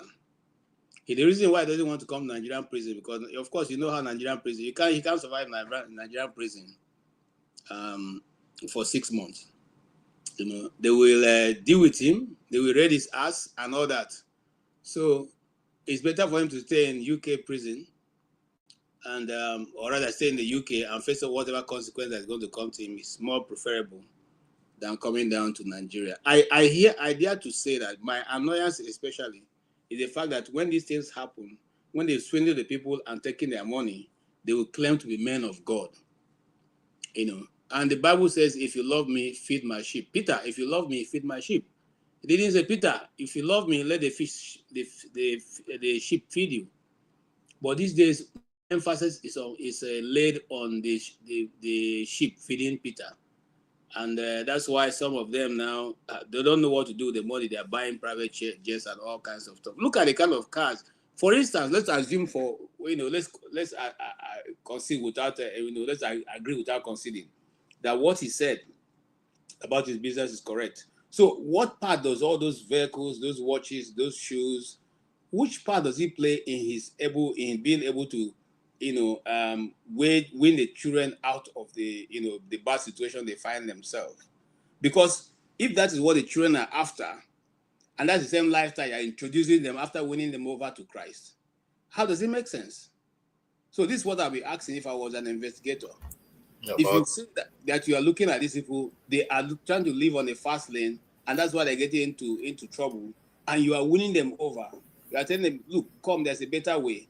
And that better way, eventually, when they come to your church, some few days later, they see you in those expensive, Bugatti, Ferrari, and all those, expensive vehicles, and wristwatches, and shoes, and clothes.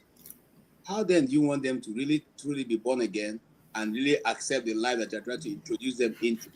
So there's a lot of questions. Mr. Kenny, just being that religious mean you shouldn't enjoy the goodies of this world? No, being okay, I don't like the word religious. Being a follower of Christ teaches you to be moderate in everything. Moderate. Okay? But does driving a Lamborghini means you're not moderate? You're not listening to me. No, I'm trying to understand. You only have one Lamborghini. Yes. Several other cars. They are just cars. Oh, brother, wait now. They are not Beetles. They are not Toyotas. They are all exotic cars that cost a lot of money. And it costs a lot. Let me tell you, where I work in places where those things are sold. They are not even put outside like other cars are displayed. It has its garage where if you want to take it, they only take you there when you know that you have come for serious business. So I can speak with authority that those cars don't come cheap. KJ, not only cars, even his rich that is not a crime. No. Let's even deal with the car that my brother. Wearing good watches, driving exotic cars is not crime, and doesn't make it. So Uncle KJ, please wait. Uncle KJ, please wait for a second. Eminoko, what is your point? My point is that particular argument doesn't stand. That he said something. Sorry, Mr. KJ. What you said is that what kind of life is it convincing these people to come into, that they will live their other life and come into this one, as if this new one is not sufficient to convince anybody on. If he's doing something legal and that's that kind of life, it is indeed convincing. That means drop your knives, don't kill yourselves. When you have good things you can still do with your life. Okay. So that's my argument there. Yeah, it's my own argument, and in that direction. And I'm not one of those who say pastors should live in penury.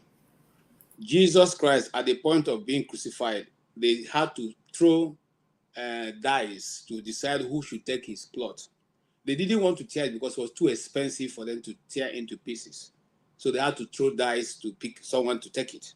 So we're not talking about somebody here who shouldn't wear good clothes. That's not where we're going. If you remember about what I say, moderate for crying out loud. You cannot tell me you own 5 different exotic cars that none of them is less than $2 million, and then you're telling me that you are being moderate and you are a leader pointing young people to the direction they should go. You cannot tell me that you're being moderate by having 5 different exotic wristwatches, okay? And then you cannot tell me you're being moderate by being an advertiser of a particular brand, because you have so patronized them that now you have become their role model. Are you role modeling Givenchy or whatever it is that you're wearing because it has to do with the thing you are preaching? No, I think we should look at all these things holistically. And I still stand by my point, because every man of God or those who are following him, the people following you try to follow what you are teaching. And if what you're teaching is not correct, that is how you destroy more life than you would have been able to change. And the thing you are showing us and all the videos we have seen about you if YouTube is correct, doesn't show a life of somebody who's modeling, who's a role model for young people. That's what I'm saying. If you wanted to show us that, you should have shown us where you are working and doing businesses, and let us see how the money is coming in. And that is why you don't know what to do with it. You are now buying cars with it. If you say your wife is the one giving you money to buy those cars, how much does your wife earn to be able to maintain those cars? Remember, that those cars, each one you pay for insurance, you pay for maintenance, you pay for other things that and these are not low class insurance you're going to give them, because you can't go and buy a Bugatti and be doing third party insurance. Okay, so look, think about it now, my brother. Think about it, and the taxes that are on those things. Okay, and then that is not included in your rent and the food you eat and the clothes you wear and the wristwatches. So I think something is totally wrong, and maybe as time goes on, the people may tell us, or maybe he just is good fortune when he sleeps and he prays. He wakes up, there's money under his bed. So money comes under his bed and he just buys these things. So it's possible. Thank you. I'm going to go to Amy. Amy, what is your response I to? think you should let old man talk first, Oh, because please, you Uncle guys. Jonaba, I'll let you talk. Yes, sir. Yes. The man will not survive it. Yeah, using elder to chance people, Uncle John. No. I was there on the line now. I was on the line, and I No, don't he's know. the MVP go of the ahead. women's I give you, go segment. ahead, Please my brother. allow him. Go Oh, ahead. of course, Then, of course. You It's have my own the person. permission of the moderator. yeah. Go ahead. Fire. And I agree with you for your first point. Shimulowo do not survive it. Davido Edeposon do not survive money laundering in UK. He's not going to survive it. He can talk all he wants. He don't mess with those people there. The one KJ is talking, of course, about those exhausted car and all of that. Of course, those are evidence that is proof it's not going to match his income. Ashim Lowo is not a baby in America. I mean, in UK ministry. He could not survive it when they come after him. He's in Ghana now. I think he should, I don't know where he come from exactly, but I think KJ should make a room for him in his state. It's not going to survive it. This is not Nigeria, where they can talk all of those things like Baba, Affair, Alola. This is not Nigeria. The law here is very strict, and they have enough evidence against him, and they don't come easily before they come after you. They monitor you for years, and they gather information about you. When they strike you. So all his talk is a good thing that he have enjoyed life in the shortest time of his life. But at least KJ can brag of his God more than him now. He should pack his bag. Thank you. Thank you, sir, Uncle Jonaba. Amy, please, before I come to you, I want to go to another elder we have on the Uncle Ike. I'm going to come to you, sir. Could you please unmute, sir? Uncle Ike, are you there, sir? Yeah, I'm here. Yes, sir. You're next, sir. What is your opinion on Pastor Boyega, what you were saying, sir?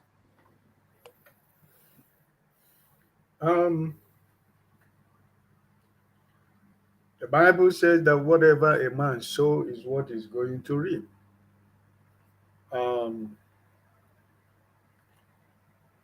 I don't know much about him.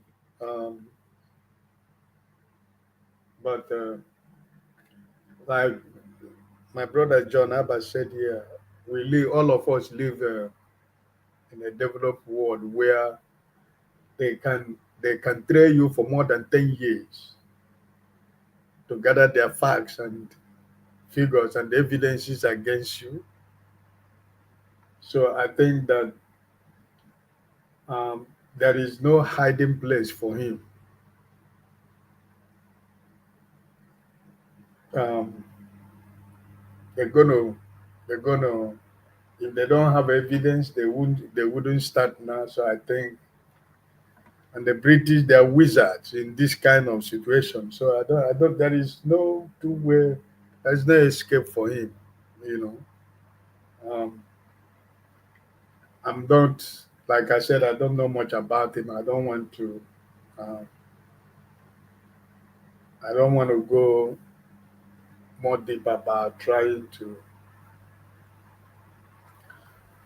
in the midst of a lot of people that are going to be wolves among them. So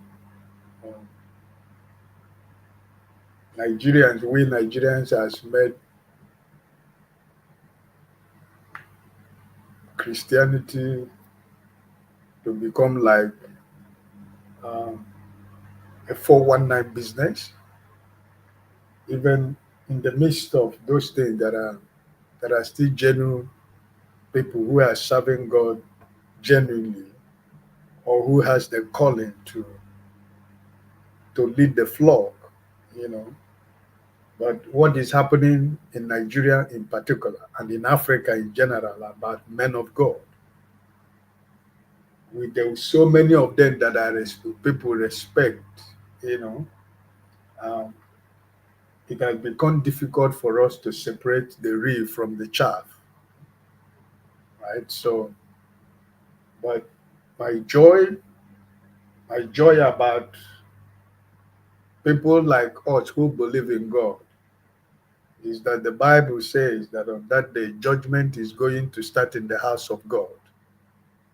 So there is no escaping whatever I do. So I think that if it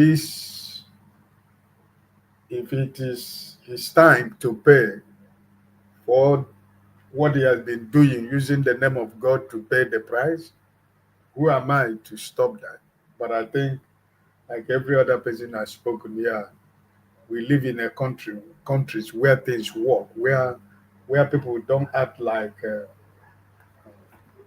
the drug lord, where security, where police and the other agencies, they work according to the rules and regulation of the law. It can take a very long time to build their case and your case file. The day they decide to call you, you know that they have built your evidence, and the evidence will be there for you. So I think there is no way he's going to escape the law, the British law. He's going to cut up with it. You know, somebody is saying, "Does car? Who don't we know how much Lamborghini costs?" I mean, it's incredible. You know, I don't know what a man of God will be doing to be able to afford Lamborghini. You know, like so many men of God in Nigeria who drive private jets. I don't know the source of their incomes. I don't know what they do. I'm not God to judge them. I don't know what any other thing they do. But I know that it doesn't augur well for me as a Nigerian and as a Christian and as a man who preached the gospel of Jesus Christ, and a man who has been in that line for so many years, to see, you know, how the kingdom of God has been sold to the devil, and it has become a platform where people can talk to men of God like they are nothing. I remember when we were growing up, when we see a reverend father is driving past by with the Volkswagen, we run out of the house and we say, "Father!" When we see a reverend father, it's like we have seen God by the time we were growing up. You know, but now when any pastor they forget it's 419. So it's difficult, my sister, for anybody to really know who is real and who is fake. You know, that's why I have to go through the word of God that whatever a man sow is going to reap. It's real. Yes, sir. Thank you, sir. Thank you so much, sir. I really appreciate your opinion and your input, sir, and with sharing your wisdom with us. Amy, I'm going to go to you. Go ahead, sir. Could you please unmute? Yeah. Thank you. Okay, so on Pastor Tobi's issue. Well, I think first things first is that if the UK system is that efficient and diligent in their work, obviously they are going to get him. And I think there's nothing to hide about that. If he has crime-related activities, definitely they are going to get him. So, but as of now, they've not gotten him. Everything is still allegations. We don't even know what and what. But based on the interview itself, I think he gave himself up in one or two instances where he had to say that he came to the UK as a 25-year-old person, and then he lost track of time. That he basically didn't know how to follow up on legally staying around. That is quite sad. So I think with that, it shows that there's a sense of being smart there, and But I think I'll leave that to the UK system. If he's lucky to evade that, well, all fine and good. But concerning his activities itself, fine, as a person, I have my own reservations. But I can criticize him. Personally, if I go to his church, I would just want to observe, sense what is really happening. And from there, I'll be able to really, map it internally. Oh, this is just maybe a jamboree session. This is just like a club that, I might have such, but I will definitely find out. But from what I've seen, the way he interacts with stars, and I have a part of me has a reservation for that, and the other part I just feel like, okay, let us see where it goes to. So I can't really criminalize him on those things. Morally, we might say they are wrong, or they shouldn't stand. Like he's driving exotic cars, he's using exotic watches, and those kind of life. But legally, he might be right. And if he's right legally, there's nothing the court will do about that. There's nothing you're going to do about that. The only thing that should be done is for the followers to wake up and understand that, the same God you're serving is the same God I'm serving. I can serve my God myself or whatever. So I just have that legal issue there that, we shouldn't just look at it from the moral ground and think if morally it's wrong, then the God I is serving should discipline him, man. And I don't think I would like to fight for God in that regard. Let God himself fight on his behalf. So on that part, I would just want to see how the old issue continue to unfold, and let us use that to learn again. Because he claims that is okay and he has no problem. But let us see how that unfolds. So I wouldn't accuse him of anything. I'll just wait and see how the law turns out. And if morally is also wrong, I think let God also act in that regard and turn out. But we can't say that that maybe he can't have a purpose with God, even with this kind of life that he's living. So those are the things that we can't just, you see, that's where I'm having issues with people who are morally judging. I don't know, you shouldn't. Now, Amy, I have a question for you. When you watch the news and you see parents that they find their children defrauding someone, Yes. You know, the first thing that the parents always says, there is a very good child. They don't know what happened. How many parents have you seen come to the media and say my child is a very bad person? None. Yes. None. So do you expect Pastor Tobi to come on a BBC platform and a network that big and admit to his crime? And the second question is, how many pastors celebrate their birthday with a live performance of Davido, KC Lipopo, other performance on a church? Well, Adama, the thing is, morally, that is wrong. But legally, is he doing anything wrong? He's celebrating his birthday. Anybody can come. Who knows? Maybe Davido gave his life that very day to Jesus. Look, are you kidding me right now? Wait, I am only telling you that this thing is not. I'm not on his side, but I'm open. Like, I don't really care what happened on his birthday. To be candid, look, the thing is that morally, yeah, it is wrong. You want to say a pastor shouldn't, but now you have somebody who is doing what you think he shouldn't. And looking at that, is it wrong to do what he's doing? Is it wrong to drive a car? Is it wrong to celebrate his birthday? Is it wrong to, you see, the thing is that it is open. I'm not, please understand me. Look at it like it is just an open book. Let the law and the God he's serving come and judge him. That's my own point. But I should just say if it is wrong or right. To me, I want to do that because I believe I've spent that money in a different way. But I am not him, he's not me. So if he sees it that way, look, I have seen a pastor, for example, in the university when every fellowship then and churches as around the university, they preach on holiness and things as their main topic. This man would title his messages and even his programs like "Come and Have Sex," something like that in church. You would see sex is good as a concert title. You know, topics that are difficult for spiritual people to discuss, to even mention. Those are the topics that this pastor will use as concert titles, as church programs, and they'll paste the posters everywhere. You know, it got into the bad light of a lot of Christians, fellowship students then, you know. But the thing is, when you get to the church and you now listen to what he's saying, it's a different thing entirely. I'm not saying that is what he's doing, but I'm only just giving you instances of where things could appear this, and it's a different thing to different people. Thank Get you. the point? So that's just my argument, actually. Thank you. Can I add quickly to that?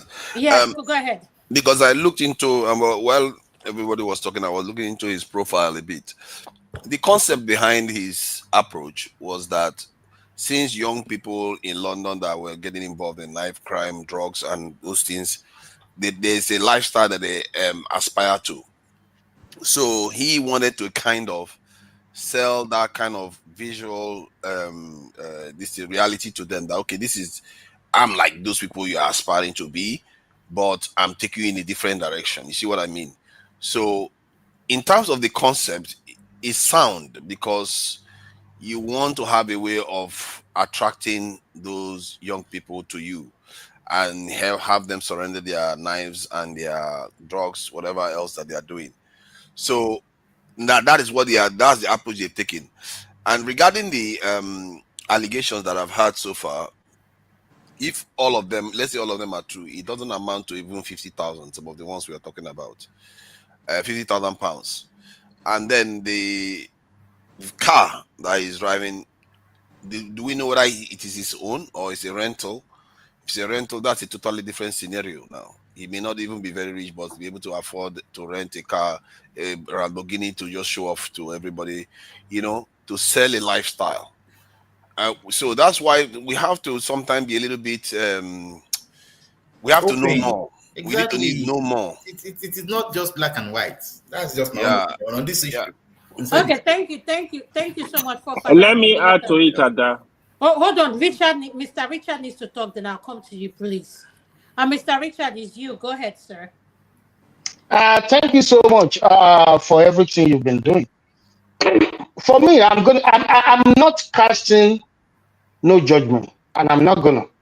But I would like to look at it from different angles. I saw and I watched the BBC documentary where they spoke with the victims. Some of them are very young, maybe in their in their early 20s. And they noticed one thing, and I want us to really pay attention to this.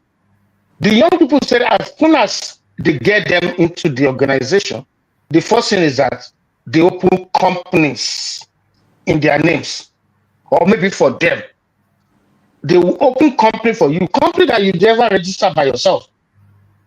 So question must be asked, why opening companies for them? And I remember what happened in the US during the COVID. Government they didn't want massive unemployment. So they encourage people that has private company to apply for loan. Some of them grants. And human beings as we are, everybody loves free things. People apply, they lied. Oh, I have a barbering salon, I have a salon. And people use residential addresses as company that they own. And they obtain loan. And the government was just rushing out the disbursement of the loans. Now, guess what's happening after 4 years? They're picking them up one by one. Thank you very much. So I want to link that with what he did. I believe registering those companies, he might have used it to apply for loan. That is number one. Number two, there are some of these people that started receiving bills in mails. That, hey, you borrowed £5,000 from our bank. Now it's time for you to start paying back. And they'll be like, no. Wow. I did not. Richard, are you saying Pastor Tobi was the one using their names to get all those loan facilities? Yes. Okay. This is where law is very difficult. His organization was, but I don't know if government can truly link in his personality. But the truth is that his church were the one registering those people for company and obtaining loan. Wow. Without the knowledge of those people. And in law, they call that identity theft. Because I know your name, I have your information, I'll go behind you and apply for a loan and obtain a loan without even telling you. That's identity theft. Now, about maybe sending him back to Nigeria. No, the crime was committed in the UK. The UK will not send him back, or even if they will send him back, they will jail him before they send him back. I believe he's committed fraud. What the UK has to do now is to link him directly to the fraud, not his church. You understand what I'm saying? They have to link his personality, his person, to the fraud. That's the gray area. Yes. Now, let him keep granting interviews. Government is watching those interviews. If I were him, I would first speak with my lawyer before I talk to any media house. But he keeps talking. And if they have anything, let them do. Okay. Government is studying you and they want to catch you. And you are boasting that if they have anything, let them do it wherever they want to do. When victims are already telling the government and BBC that your organization obtained loan without their knowledge, and they have to be responsible for paying back those loans. So what government needs to do is to link in directly to those loans. So I believe crimes are committed. Government will figure out how to link him and punish him, not punishing his organization. Why do you believe crime has been committed? If that was a white person, would you just assume? Do you have any evidence for anything you are saying? Okay, thank you. BBC, I believe they have a name to protect, and they carried out the investigation. So they spoke with different people, and most of those people are saying the same thing, that number one, they use their names to register companies, and then they obtain loans without their knowledge. So I believe he might have obtained some grants or some loan during the COVID, that, hey, this person has this company, and because government shut down the economy, the government has to take care of them. So he might have obtained some heavy loans in the name of those companies they illegally register on behalf of those people. apart from the personal loans. So those are criminal activities.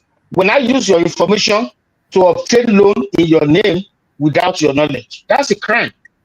Well, how is That's it a big crime. possible? How is it even you have possible? on BBC. Hold on. How is that even possible, actually? Oh, great. Adama, please, sorry. I had a question now. Yes. How is that possible? Yes. Thank you very much. Thank you very much. Okay, good. Let me answer that. May I weigh in in terms of what Mr. Richard is saying? No, hold on. Let me finish because Let me answer that. Then you can wait. Let me answer that. You know, when we started this conversation this evening, we started by talking about marriages, trust, and all those things.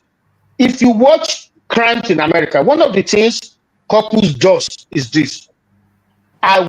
Couple can, they can open a life insurance in the name of his spouse that, hey, in case this person died of accidental death, then the next, of kin should be paid $500,000. And they'll be the one to kill that husband or that wife. It's so easy to open a company, or in as much as you have the information of that person, the social security number, in terms of USA, the date of birth, social security number, full name.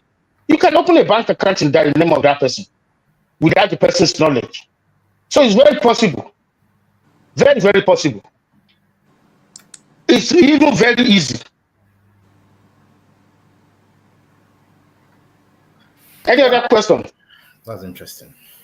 It is. If you watch some of this crime stuff in the US, you will see so many wives, so many husbands who has been sent to jail. By the time government investigates, they will notice that they are the ones that killed their wife or their husband because of the money, the life insurance they've opened on behalf of that person without the person's knowledge. I understand that. But question is, getting a loan from a bank without you showing face, and banks give you that loan. There are online banking these days. Online banking. You don't need to show no face. I think online banking are available these days. Yeah, you see, identity fraud is possible. That is, I'm just trying to buttress what Mr. Richard is saying. No, Adam, I think he said Rian, what's her name? AY has to speak, then before she gives me the floor. AY, I think she said it. So, Mr. Richard, thank you, man. That was a very good angle to this discussion. So people that are kind of defending this guy, there is nothing to defend here. I must tell you this. I watched the 5-minute clip interview. Go and watch it. I think they said it was 90-minute interview. They're gonna release it. Listen to these guys. I watched this guy twice under the freeze. This guy is not genuine. Forget it. I think UK police, I think they are playing over there. If it was FBI, this guy would be in soup by now.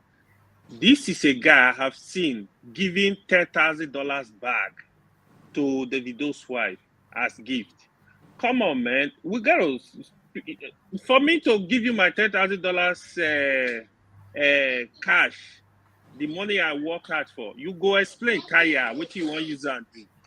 Even though not my wife, you go explain Kaya. Come on. See, this guy, the kind of life he's living. Oh, the other thing, he boasted on that his life today.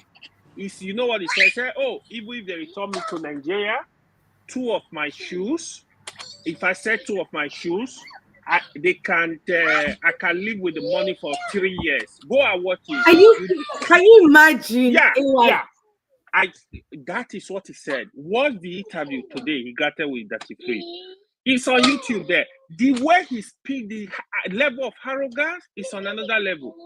I mean, how can someone be living this kind of life? You don't have a job, you don't have source of income, you are just.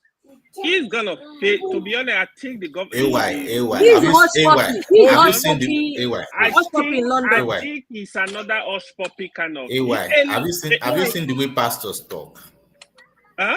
Have you seen the way pastors talk? They will No, tell you you they know, can for this never one be. is on a different level. No, this is a It's a different different level, level. man. Look, This is a what I'm different saying is level. that for somebody that rose well with this So, kind of okay, what is going on now? Everybody's talking. Ewa just finished speaking, and Yeah. So, I'm the one to speak next. we defending this guy. We are not. Okay, When let's listen to finish. the guy interview, you will even. I mean, you don't need to be an FBI or CIA agent for you to know this guy is talking nonsense. It's just level of oh, black people are supposed to be proud of me. Proud of you for what? How many industry we have Dangote that is building industry. We are proud of him. Proud of him for what? He's just kind of like I think why he said they everybody. need to be proud of him. Yeah, he said in black people are 24 supposed to be black hours. of him, blah blah blah. No, but I don't think that's what he said. In 24 hours, they raised him £1 million. In 24 hours. Yeah, And I'm like, he said that too. And I said, what is that £1 million for? For what? Exactly. He's the brother. Okay, who are the people that raised £1 million? That raised that. You see, this is what I'm saying. This is what I'm trying to say. So you are just assuming that No, those people. If there are many people that give him that money, who are those people? He said Please hold on. Let me explain. He came to his social media platform and said he got raised £1 million from his fans and his church members, people that say they are going to support him all the way to make sure that he is not leaving the country. And is that wrong? No, I'm not saying he's fraud. Tonight is asking. Because if this man was all fraud, why are people giving him money to defend this man? Who are the people? What are the kind? What kind of people? I don't know. The likes of Davido and David. Do you have the list I of hear people what giving AY the is money saying. to? The $10,000 to be giving somebody for ordinary pastor. What are you getting? Where are you getting the money from? You see, go ahead. Electricity is your turn. Go ahead. See, thank you. You see, there is, without a share, like I said in my earlier argument, the authority or the people investigating, they are not stupid. They know what they are doing. They have everything on record. So it's just a matter of time. Everything is going to play out. I'm just to buttress what Mr. Richard said. Yes, people can steal your identity. And when they steal your identity, they don't just walk alone. They'll get somebody to present themselves in the bank because you have all the documentation of the person, name, particularly name, date of birth, national insurance number, address, national insurance number, date of birth, and address. So anybody can post, say, this is me, this is this person. So this identity fraud is possible. So they can get somebody to do all the, it's not, listen, allegedly, it's not working alone. So if it's been investigated for 5 years, over 5 years, according to Fumi, they are trying to tie all the knots together. Yes, this is a public opinion we are hearing. We are just having some ideas. His act definitely is condemnable, whatever it is. Whether even that he frees himself is one person I find so appalling because this man condemned preachers in Nigeria like normal business. And yet you find him associating himself with this person who is so flashy. If it's his money, whatever he does with his money is his business. But you know what they say when they are doing criminal investigation? Follow the money. Once you follow the money, you are right. And that is what they are doing. They are not idiots, please. Let's get that clear. The investigators, the Home Office, they are not what? They are not idiots. The truth will come out soon, sooner than we all expected. He will be singing a different song. Trust me on that. He will be singing a different song. Thank you for giving me the opportunity. I yield the floor back to you. Thank you so much. Now we are going to take our final submission on every topic we discussed about.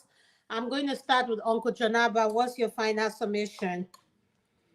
2 minutes. He's gone to bed. Uncle He's gone to Jonaba, are bed. you there? Oh, he's left. Can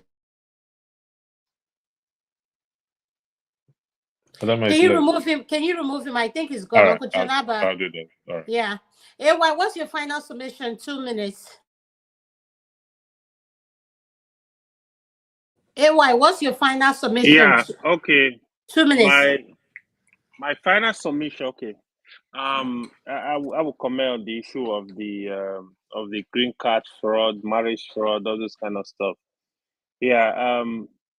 Like I said, right? So it's not everybody looking for a wife or looking for a husband that is fraudulent, right? If you as a person you meet somebody, don't be interested in if they are citizen or they are green card holder first. Be interested in if is this the person I want? Does he or she have the qualities? If that is achievable, then there is nothing wrong, in my opinion, when you sponsor the person to have the green card. You guys can start a life as long as you are able to figure out, okay, this person is interested in having a family with me. That is one. Then on the case of fraud, I am really kind of tired of Nigerians destroy the name of Nigeria, and they turn back and they still complain. This week alone, I have read up to 10 different Nigerians, some extradited to the US, some involved in fraud, they are on the FBI wanted list. Sometimes I feel it's getting too much. Nigeria needs to do more. A lot of them were arrested in New Jersey as well. This pastor case, we don't know what's going on yet, the Tobi guy. I know a lot of Nigeria that are professionals, that are hardworking, that do a lot in all these countries. But the few of them, just because of the population of Nigeria, the few of them that are involved in this criminality, they need to stop. I believe, like, especially live in the West, you can grab a skill, get a 1-year diploma, get something to do. You start from somewhere. Before you know, you will be fine. You will live a good life. You don't need to go do fraud for you to live a good life. And perhaps not that they're even making the money to even help their family to do anything good. They use the money, live lavish lifestyle, go to club, waste this money. It's tiring. They need to have mercy on innocent Nigerians. The Nigerians unborn, they are going to pass through this system, so they don't damage the country. The ones politicians have done, they've done the too much damage to the country already. We, all of us, including me, we need to somehow be citizens of Nigeria. Let's represent Nigeria anywhere we are. Let's try and do our best and clean up the image of the country. Yeah, that's where I'm gonna stop. Thank you, everyone. Thank you, my in-law, Adama. No problem. Amy, your 2 minutes final submission. Okay, thank you. Because that is thing as you talk, all right. The thing is this: I am not for this man. So, because personally, I have my reservations based on my own moral code. But the thing is that for issues like this, I think that is why we should have good system in place, because this is where system comes in to track and make sure that people who have questionable characters shouldn't live long without seeing any form of repercussions. So in that regard, I would trust the system to be the judge on this issue and rather just assume anything. So on this matter, well, let the system take over. And on the issue of fraud concerning marriage and things like that, I think we've talked enough about that. For those who came late, I would say you should listen to what everybody have said and more emphasis on what Mr. Richard said, because I really love his points. I would say thank you, and thank you to the three hosts that we have, the Mr. Electricity and the two beautiful ladies we have here. It was a good show. Thank you.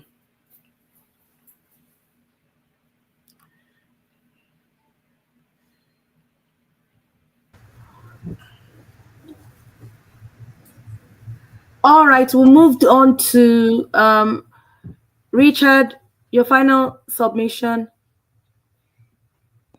Thanks so much for the opportunity. Again, I will repeat what Mr. AY said. We shouldn't be self-centered. And that's unfortunately the attitude of some of us. We should think of the other people. If you do anything wrong, definitely it goes into the FBI or the Scotland police. They will name themselves Nigerians. We know them. They will begin to profile us. And other people, even people yet unborn, they will be profiled. So in the future, if they don't give Nigerians the opportunity, maybe to come over here to study or to live, we should know that it's because of the selfish behavior of some of us, especially those who have ruined not only their family names, but the name of the country. We should look at the country where we live. Not everybody will be Mr. Bill Gates or Mr. Aliko Dangote. No, life is, fingers are not equal. Not everybody will be a millionaire. We have heard of people who won several millions of dollars in what's it called? Lottery. And after a year, they squander everything. We've had names and stories of people who play professional sport and earn over 400 million, over 500 million in their career. And after retiring, less than a year, they don't have anything. So that's just the way nature made life. Some of us will live as middle class. So let us just build our retirement right from day one. Let's start investing so that when we retire, we still have little to spend. Not everybody will live in a mansion, but the 2-bedroom, the 3-bedroom house you bungalow, please be comfortable with it and save some money for vacation. Not everybody will be a millionaire. And that's the unfortunate problem with our mentality with our people. You come here, you are complaining that in Nigeria, government doesn't give you a job. And when you are in North America or in Europe, I know people came after me. They never work one day in America. If you ask them, go and apply for this job, $10 per hour. So you are complaining that in Nigeria, government doesn't provide jobs. Now you are in America. They ask you to come and do this job. They don't want to do. They are looking for that. Oh, okay. They are looking for fat money. And how you do get fat money in North America? You have to steal. So thanks so much for the opportunity. I really appreciate you, Mr. Richard. Hope we get to see you more often. But thank you, sir. I really appreciate you for joining us. I'm going to go to Ed. No, Ed, I'll come to you last. Let me go to Topa. Topa, what is your final submission? Well, as I said earlier on, do what you have to do to get to where you have to get to. There's no crime in that, but be civil, be respectful, don't do it in a malicious way. And I want to thank everyone, especially Adam and Electricity, for hosting today, and everyone on the live panel. We really appreciate you and your weighing on topic today. Thank you so much. To our viewers and those on the comment section, thank you so much for a nice show today. See you soon. Thank you so much, Tokwe. I'm going to go to Uncle Ike. Are you there? Yes, I'm here. Sir, can you give us your final submission for 2 minutes? Well, I just want to say thank you for the people that made the program possible today, and I pray that God will continue to give you, all of you, the wisdom to give us a program like this. It's personal. It's an experience that most of us has gone through, but also it's a lesson for other people who are trying to get ahead, a better life. But it's always good to do the right thing. Doesn't matter whatever it takes anybody to do the right thing. When you do the right thing, you live in an environment like this, where we live today, the sky will be your beginning. It all depends what you want for yourself. Um, like Brother Richard said here, all of us cannot be billionaires and millionaires. But the most important thing in life is to be satisfied, be contented with whatever you have. Because at the end of the day, none of us will go, none of us will enter our grave with everything we have acquired. Sometimes when we go, the people we left behind, they fight over it, they destroy everything we have worked for. So I think that uh, let us live an honest life. And that is the most important thing. And it's something that will continue to keep us alive when we live a decent and honest life. It doesn't matter whatever that is happening. Keep being honest. And I wish everybody a very wonderful Merry Christmas and Happy New Year to everybody. And I pray that at the special grace of God who giveth life that we all will see, maybe before or after the Christmas. Thank And you, we will sir. be able to have a testimony to share what the Lord has done for us. Yes, sir. So love one another, love your neighbor as you love yourself.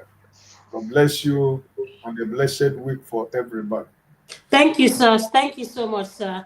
Amy, you're next. What is your final submission? 2 minutes. I Go think ahead. I have done that already. Yeah, You yeah. done? Yes. All right. Let's go to Niger. Niger, your final submission. 2 Thank you, minutes. thank you for having me. Appreciate you all. And yeah, I think I tend to like original thinkers, and based on what I've had, I think this is why it's very important we get more information from. Yeah, if we are say, if you want to ask me, does Nigeria have a good reputation in terms of our people conning each other? No, we don't have a good reputation. Is this man guilty? I don't know. But all I know is that people have come out and said what they wanted to say, and whether the UK police is going to be able to nail him on anything, if they have not been able to nail him in 5 years, I don't know too. This is why when we're having conversation, we need to get closer to the issue, not the surface, because the danger is that we just assume. You know how Johnny Depp and his girlfriend issue, people just assume because of the Me Too movement, the woman is right all the time. Before you know it, something else happens. Just because Nigerians have bad reputation and Nigerian pastors have bad reputation doesn't necessarily qualify him as being guilty. And we have to often look closer. I don't know. The more I look, the more I feel like something one cannot just pass judgment from the outside. And if the police have not hung him yet, after 5 years, what are they waiting for? What kind of evidence are you looking to find?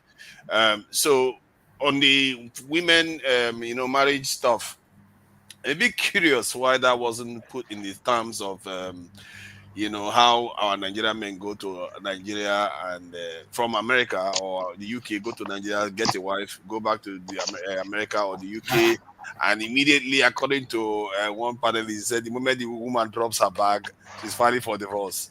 So, and is it because it's almost like the topic was put in the sense that it is in the diaspora where it turns out that the men are the ones seeking female partners. That's how it tends to happen. But if you look at it, if you include Nigeria, you find that it's the opposite. It's flipped. It's the women that get married to the men and go overseas and divorce the men.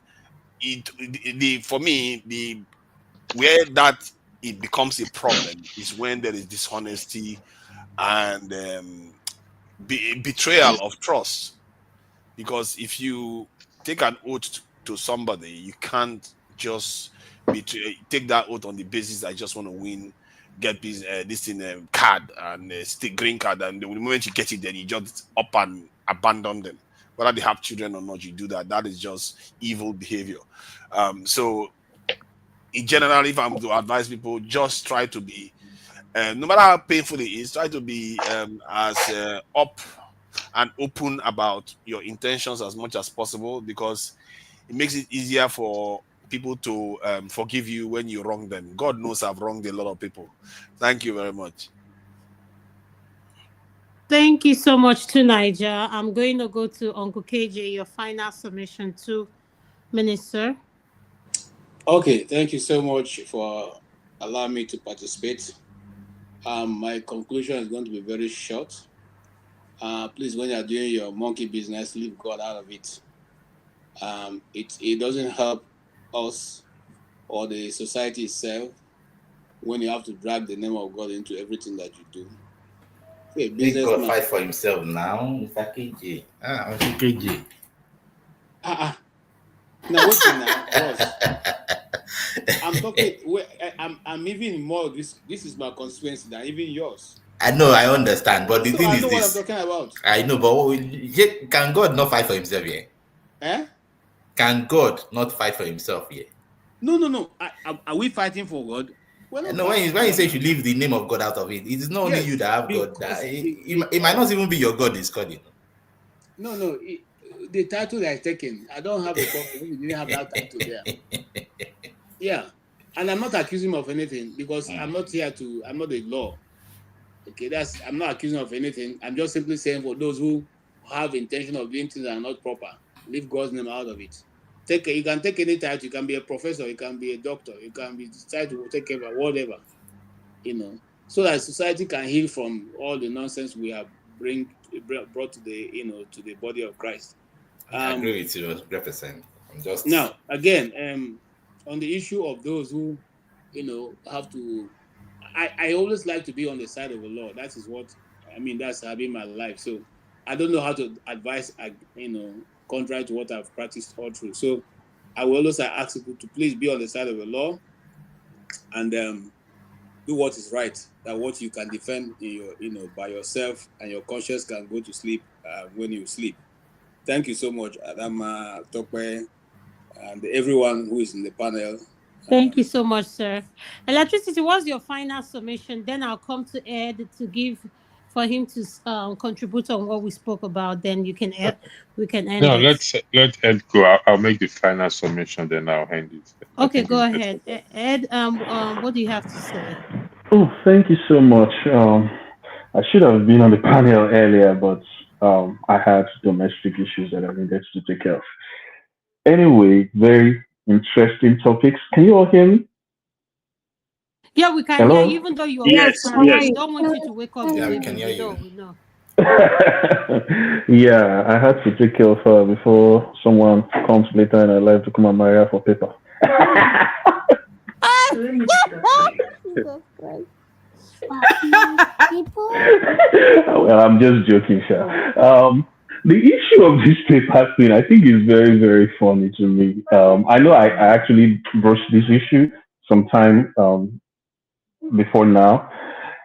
I think one perspective that, especially for our female folks, one perspective that they should also have is to think about their own assessment of their selves. Like if a man is approaching me, I mean, why should I think the only thing he's approaching me for is paper? And I'm saying this for women that are usually very giddy about paper, because there's a lot of reasons why a man might want to approach a woman. Yes, paper might just be one of the things you have that makes as in that helps. But it might not, it shouldn't be the only thing you think a man is attracted to you for. Of course, there are fraudsters, there are people who want to just use women, but I think it's good for women to have a total estimation of themselves so that they don't always think, oh, everybody's coming to me because of paper. Because you look at people like the Indian women, they come here very well educated, they put in all the work and get a degree. Even most of them get PhDs, and they go back home to India to marry a man, bring him here, care for the man. I know it's their culture, but it's there's a level of security that shows. So and I think our women should also embrace that. Now, I'm not trying to say that people don't do stupid things, but I think we should also think about it from this perspective. On the part of, I don't want to even call him a pastor. It is true that people are saying that, oh, the law is the law. This is a moral issue. I'm going to judge him from just a moral perspective. If you say you're a Christian, you should be judged as a Christian. I know Amy was trying to like play the devil's advocate just now to say he he might be calling another God. But I mean, he has a church, he calls himself a pastor, and only one religion does that. So if someone comes out tomorrow to say he's a doctor, he's a quack doctor, the American Medical Association is going to be judged by the licensing requirements of the American Medical Association. So if someone says he's a pastor, we should be able to judge him. And everything about that man's life does not represent what a pastor should be.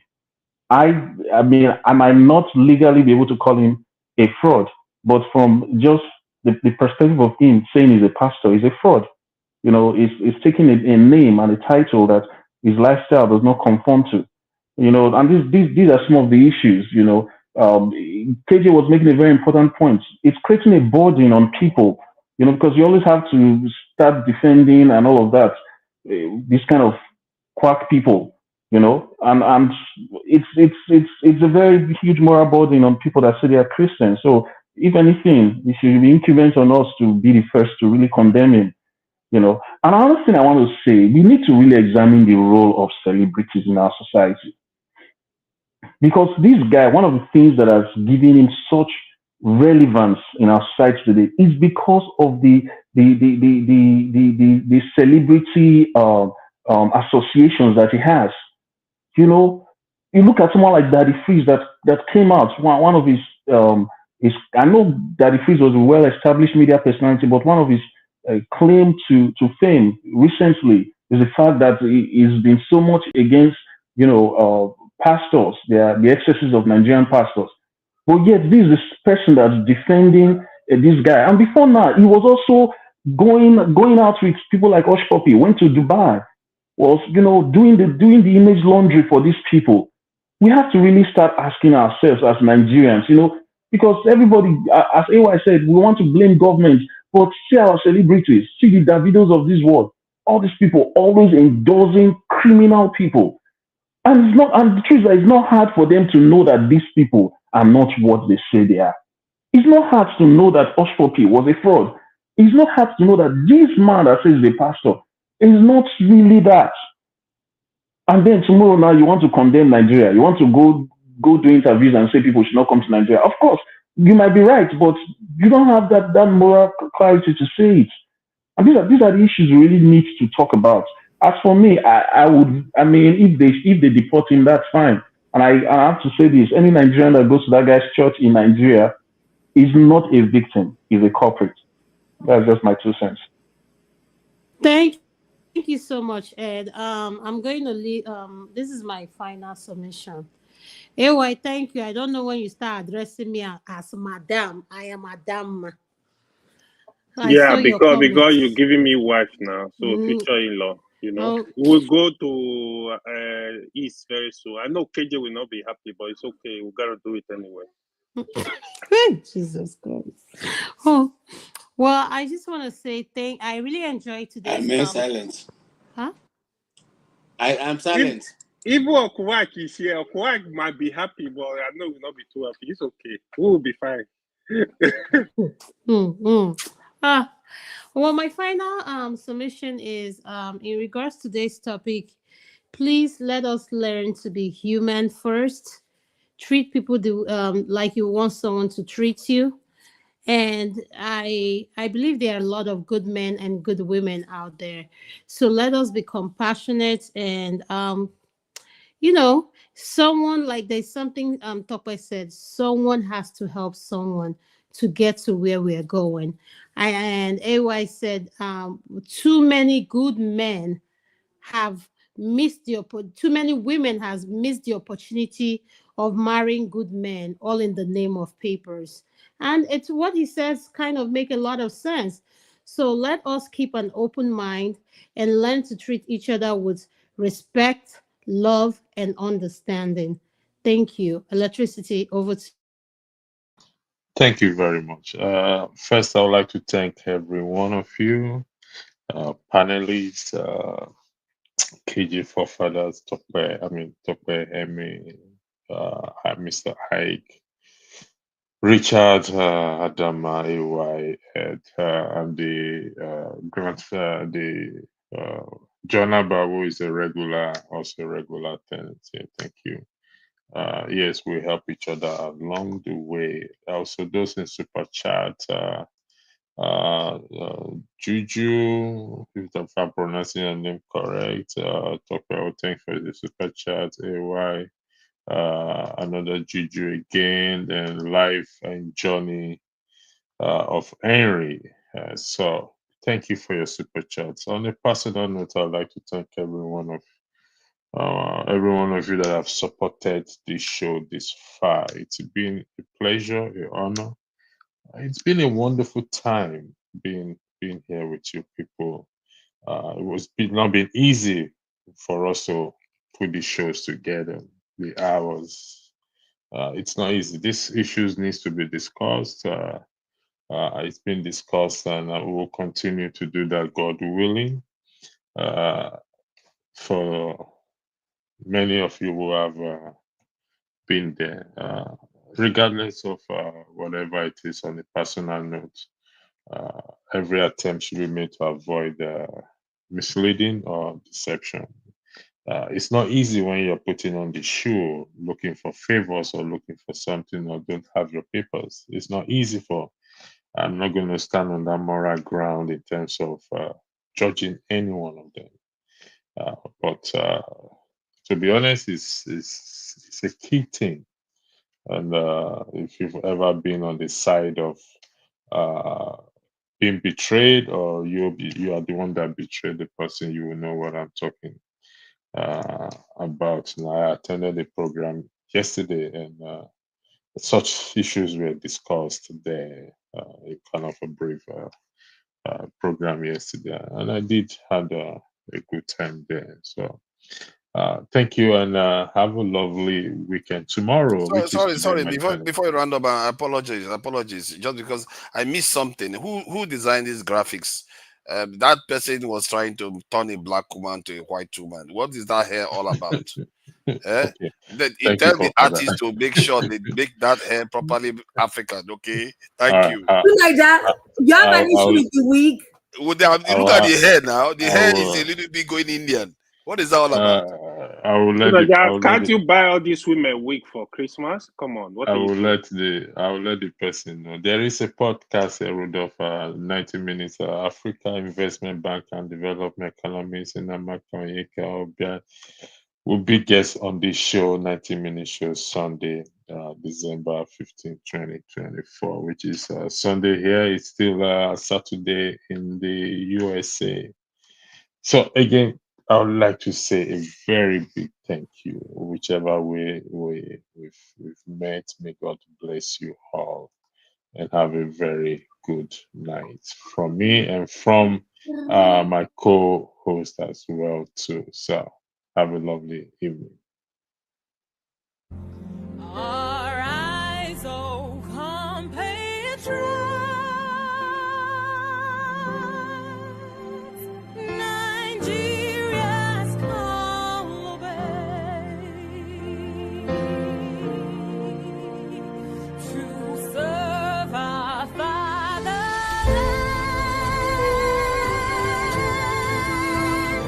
We love and strength and faith. The labor of our heroes past shall never be in vain. To serve with heart and might, one nation bound in freedom, peace and unity. Hey, that's so. Arise, O compatriots, Nigeria call obey, to serve our fatherland with love and strength and faith. The labor of our heroes past shall never be in vain. To serve with heart and might, one nation bound in freedom. In freedom. In freedom. Peace and unity. Arise, my people. Arise, my people.